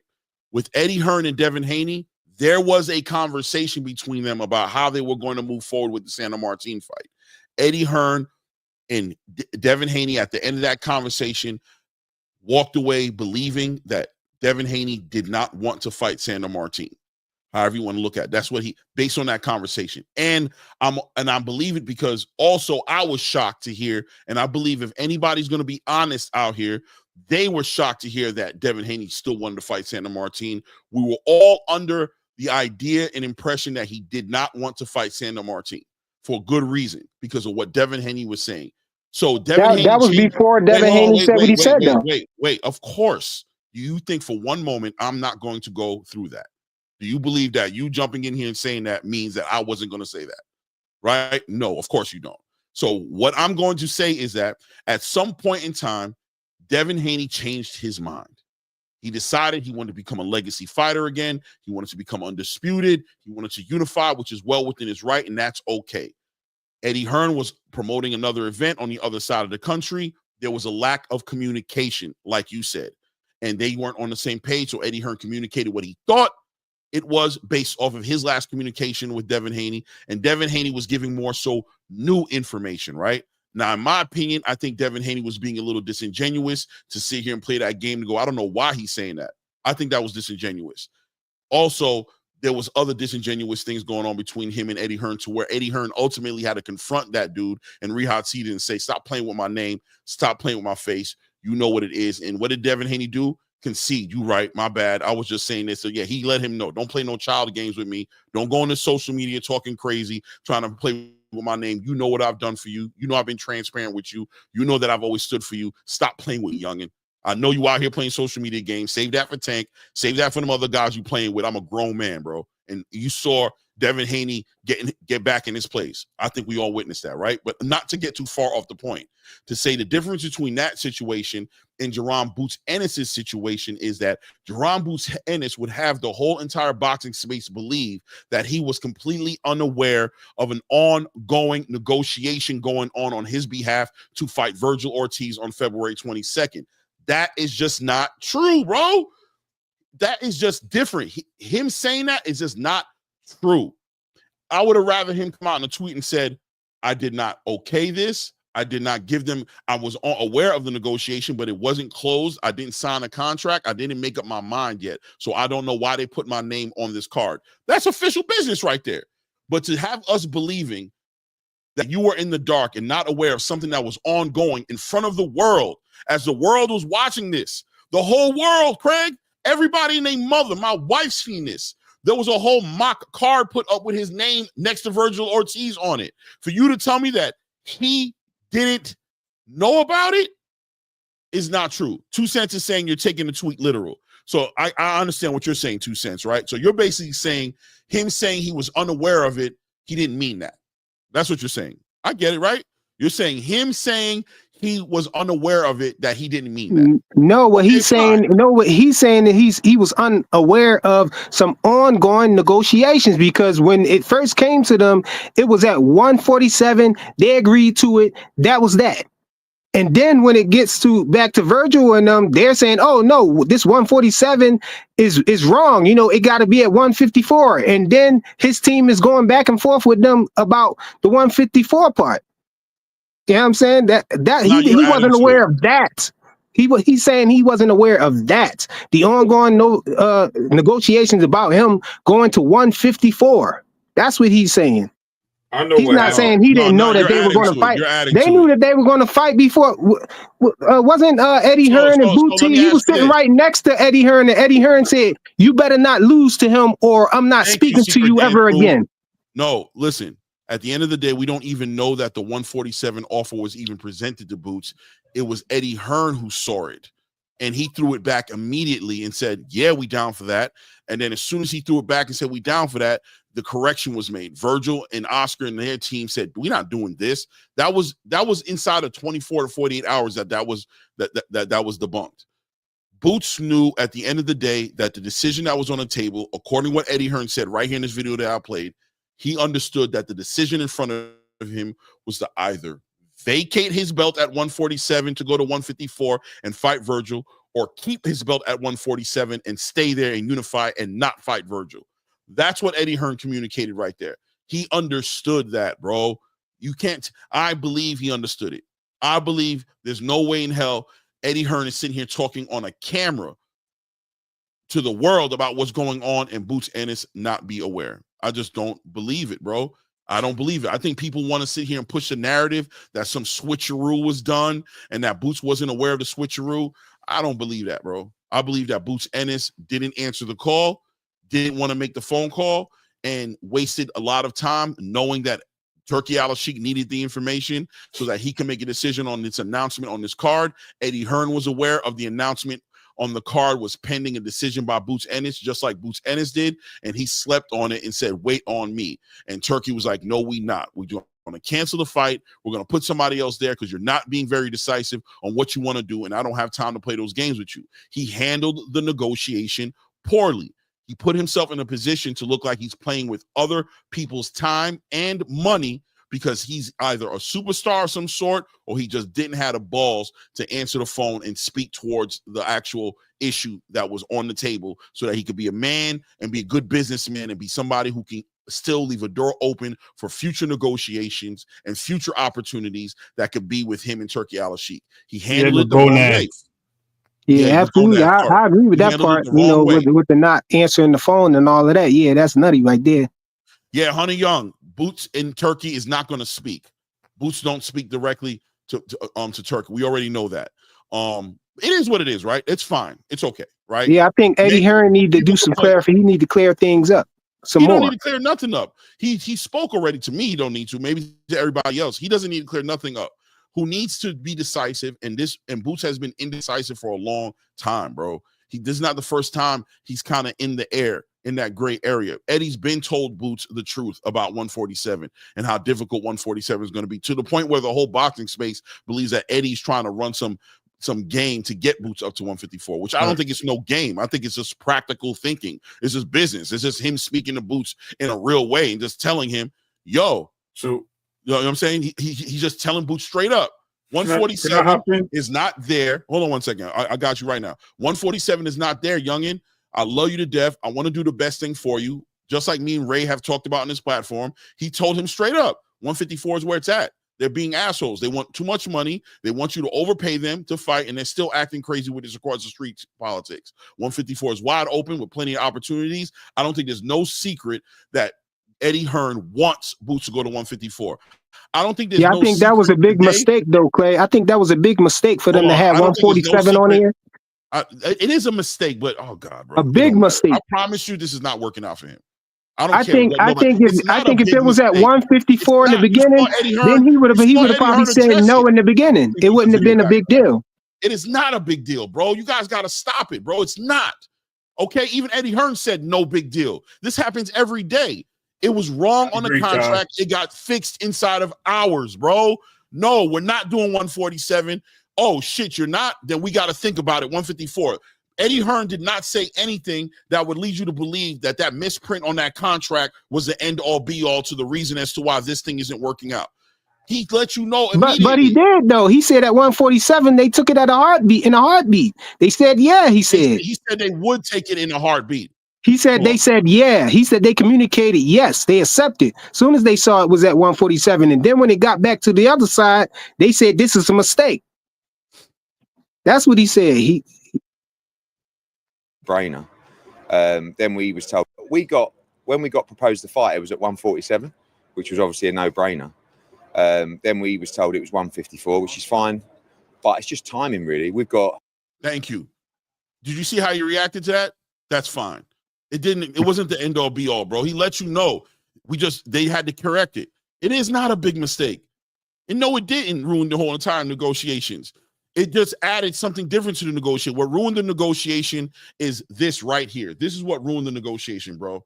I'm gonna tell you. Now, without further ado, he was watching. This is what ruined the negotiation. Card and about the future of Riyadh season card. Okay, so I'll go first, and then Ade, you follow up. The big one that we were talking about was Virgil Ortiz, Boots Ennis. It does not happen, and we get the announcement that it's Virgil versus Israel Madrimov. Now, there's kind of two parts to that. Number one, why isn't it Boots Ennis? And do you have any concern that, Israel's scheduled? First of all, you put three options before this, right? Tell me the three options. When you say options as far as who Virgil may fight? Yeah. Yeah. Well, the one that I think we both wanted to see was Virgil versus Boots Ennis, and then we were talking about. First of all, he gave us his word, and in the end, he changed his mind. What? That's the problem. That's where the problem is the communication. He said, first of all, he gave us his word, and then he changed his mind. That's what it's all about, bro. It's all about communication. It's all about saying, I'm not interested in that. Let's move forward. Here's where the issue can is. do Right for here. him. Oh no, we're not. Cannot force him. We're not blaming you. What did he say to you? Like, how did he change his mind? He said he was in and then he's out.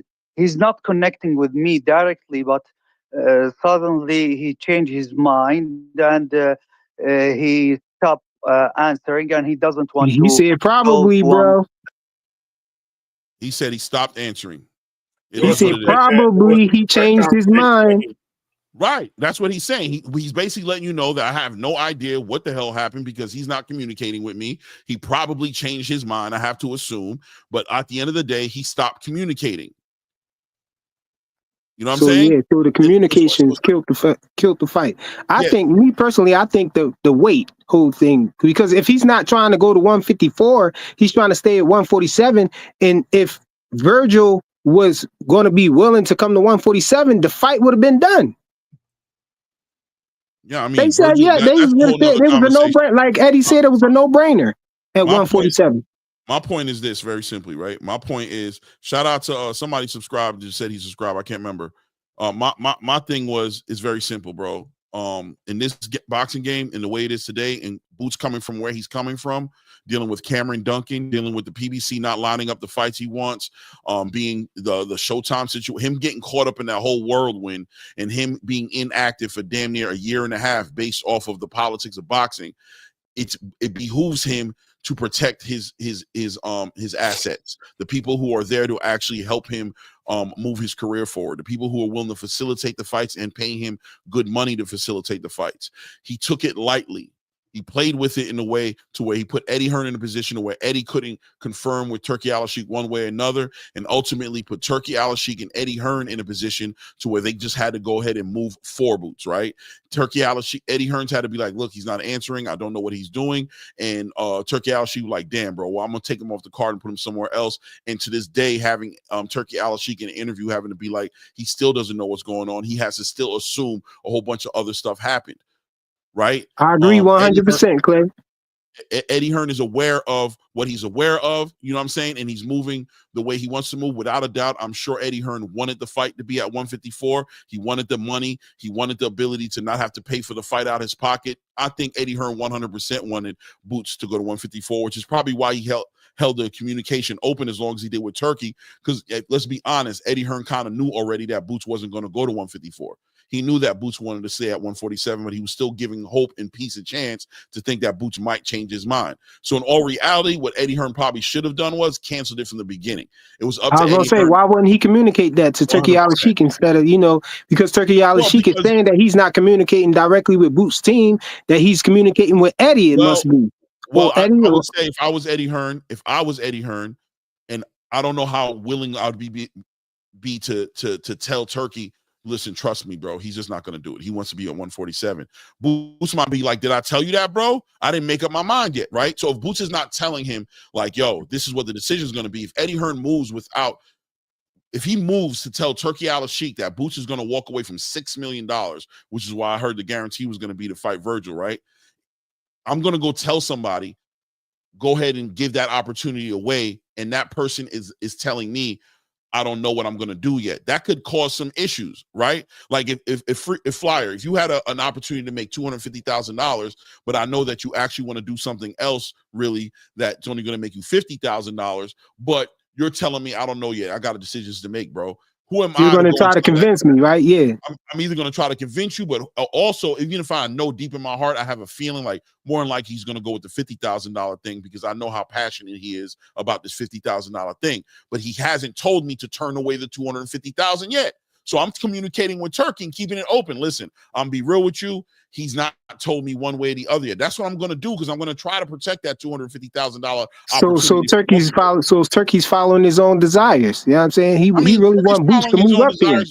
Turkey's definitely following his own desires to a large part of it. But at the end of the day, this can all be nipped in the ass just by Boots being decisive. Just by him being like, I'm not doing that. I'm being doing honest. Bro. That's all it is, bro. That's all it is. And more importantly, and what this whole conversation has always been about is going to that tweet, bro.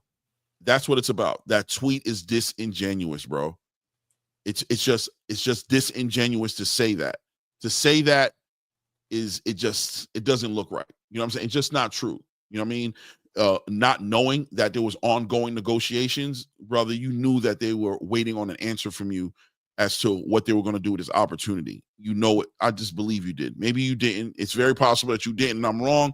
I wasn't there. I'm not part of the phone conversations. You could be well in your right to say what you said. It could be real, but at the end of the day, it's hard for me to believe.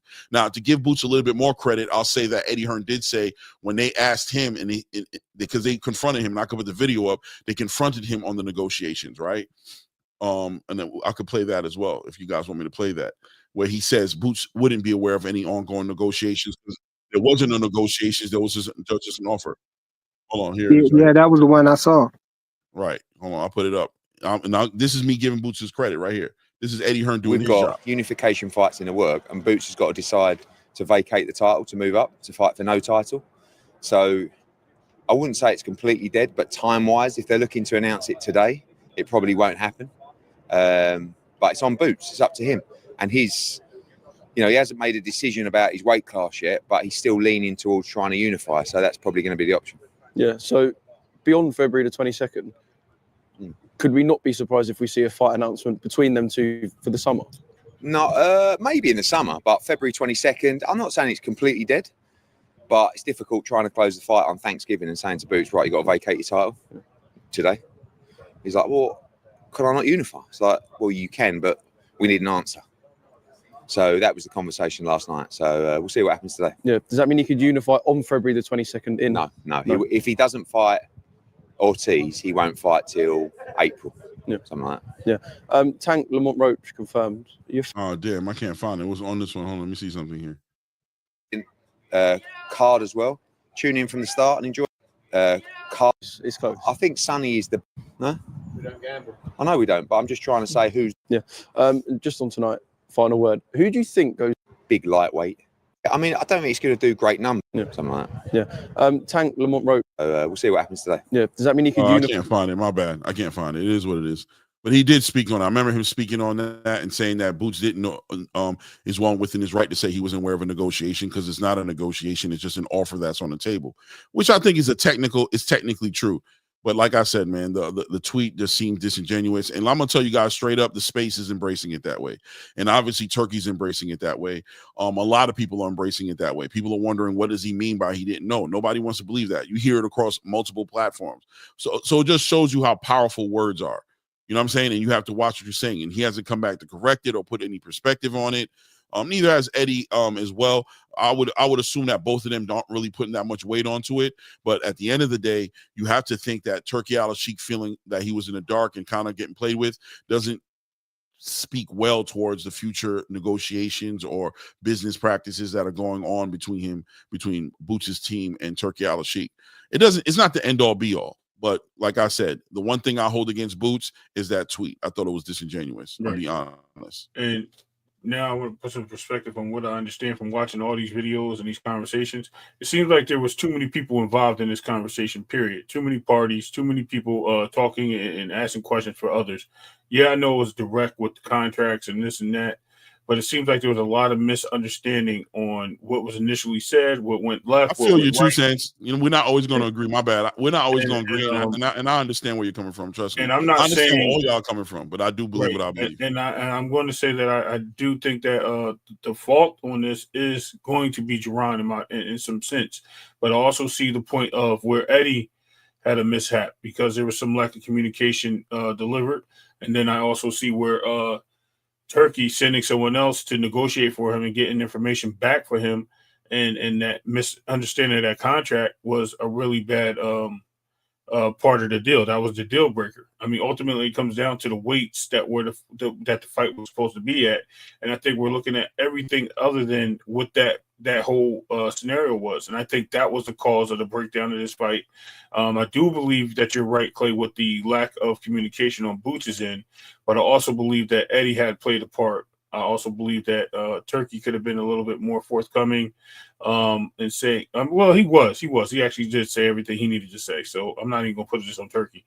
But it definitely seems like there was two parts of that puzzle over there that just had a lack of. And not to mention that Bozy knew something was going on and negotiations were happening because he was out on, I believe it was YSM, talking about the fight and the upcoming, that he's not, they're willing to take the fight.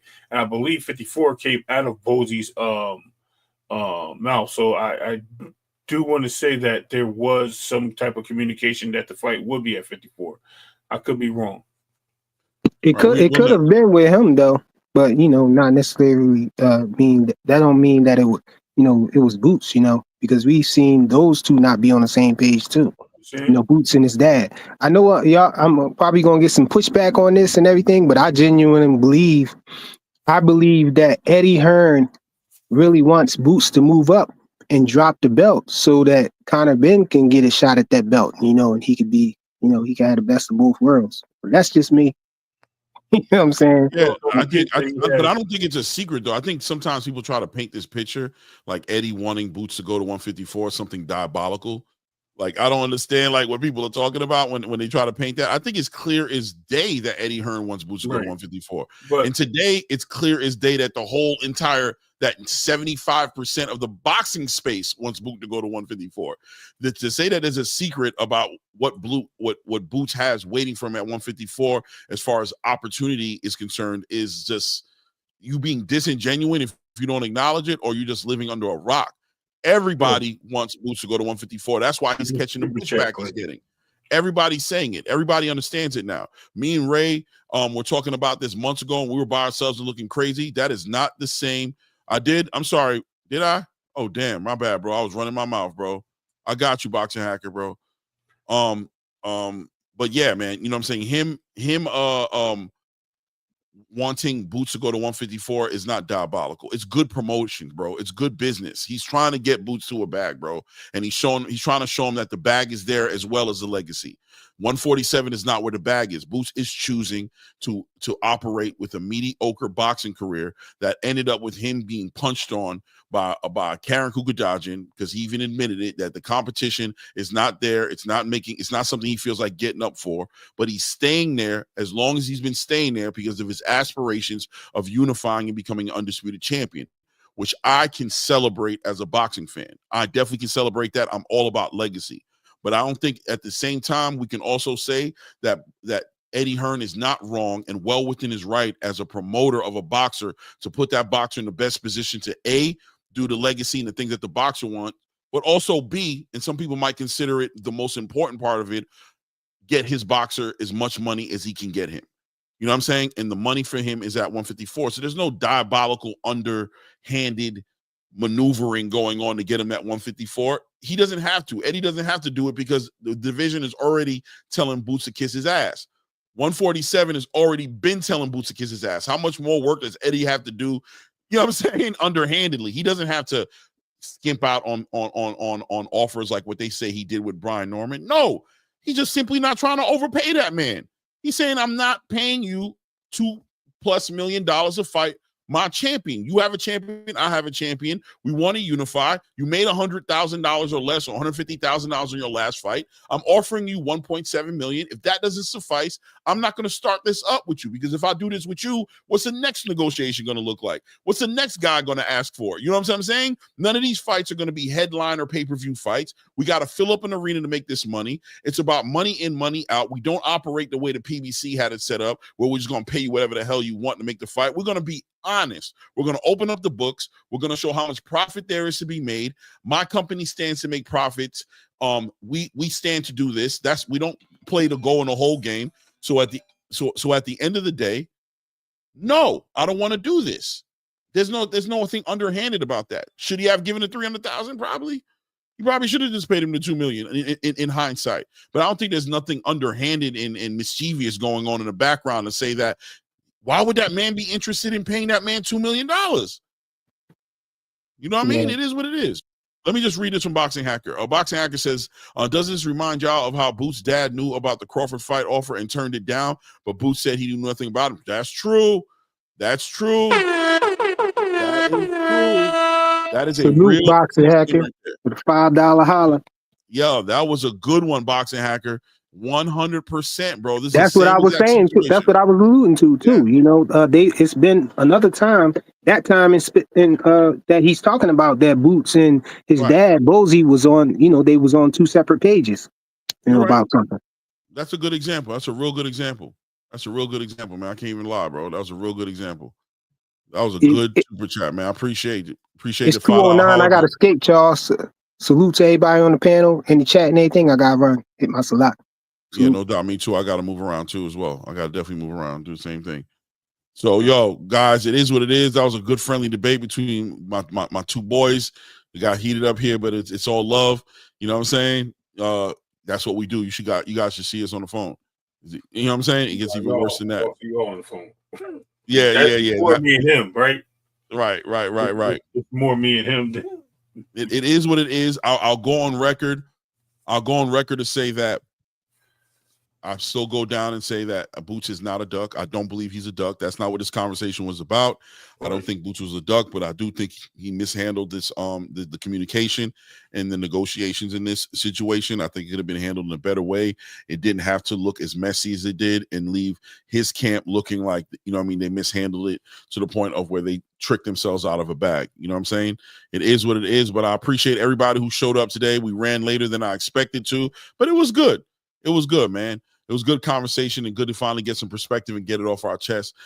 Ray, how you feeling? You want to say something before we let him really I mean, at the end of the day, all this news that's been coming out in boxing has been really distracting to the sport and fights that are forthcoming.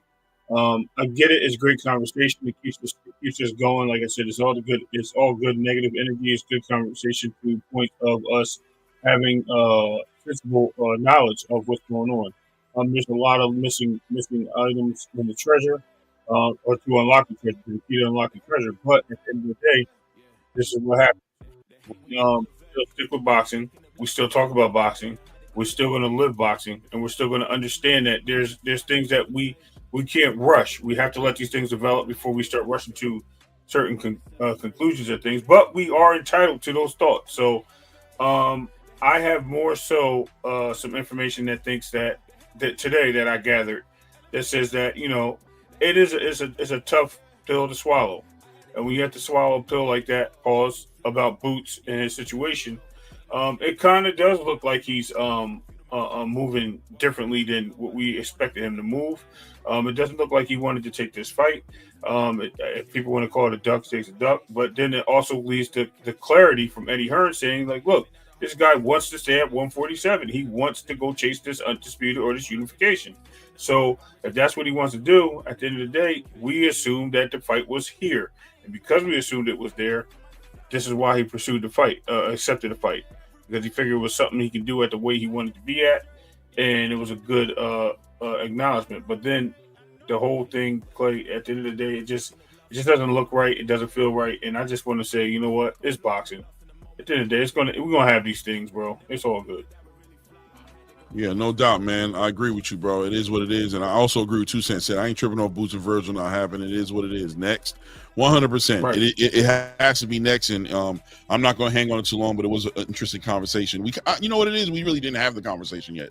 We kind of let it sit in the background, and we didn't want to make decisions on it.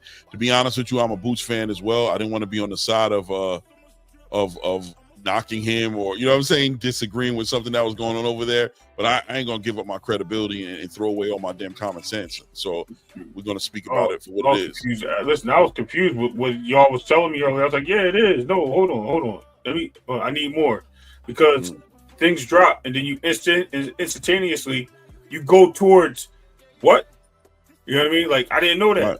So yeah, so I had to settle down and collect. But based on what you saw and heard at this point, do you feel like it's more so like you get some more perspective? Nope, I got more, but I still think there's a lot of holes and loose ends, man. And until that happens, all them strings are tied. I'm not going to give an assumption point. We'll stay out of it. Right. It is what it is. All right, man. Appreciate you guys. Salute to you guys. Salute to everybody. Please remember to hit the like button if you haven't done it yet. Hit that like button if you haven't subscribed to the channel. Please take consideration in doing that. I appreciate you guys. I won't see you guys live again until either Monday night or Tuesday morning, depending on how work goes on Monday. You know, I'm heading into my weekend and I'm trying to get over this. And as somebody said in the chat before, I'm going to look to get on some damn drugs and go lay up and chill for the rest of my day. I appreciate you guys. I don't even know if I'm going on there with Blue today. I probably am because I'm just not the type of dude not to. But I'm definitely going to go rest up right now, man. Salute to all you guys, man. Appreciate you again. And at this point, you know how we carry it. Yeah.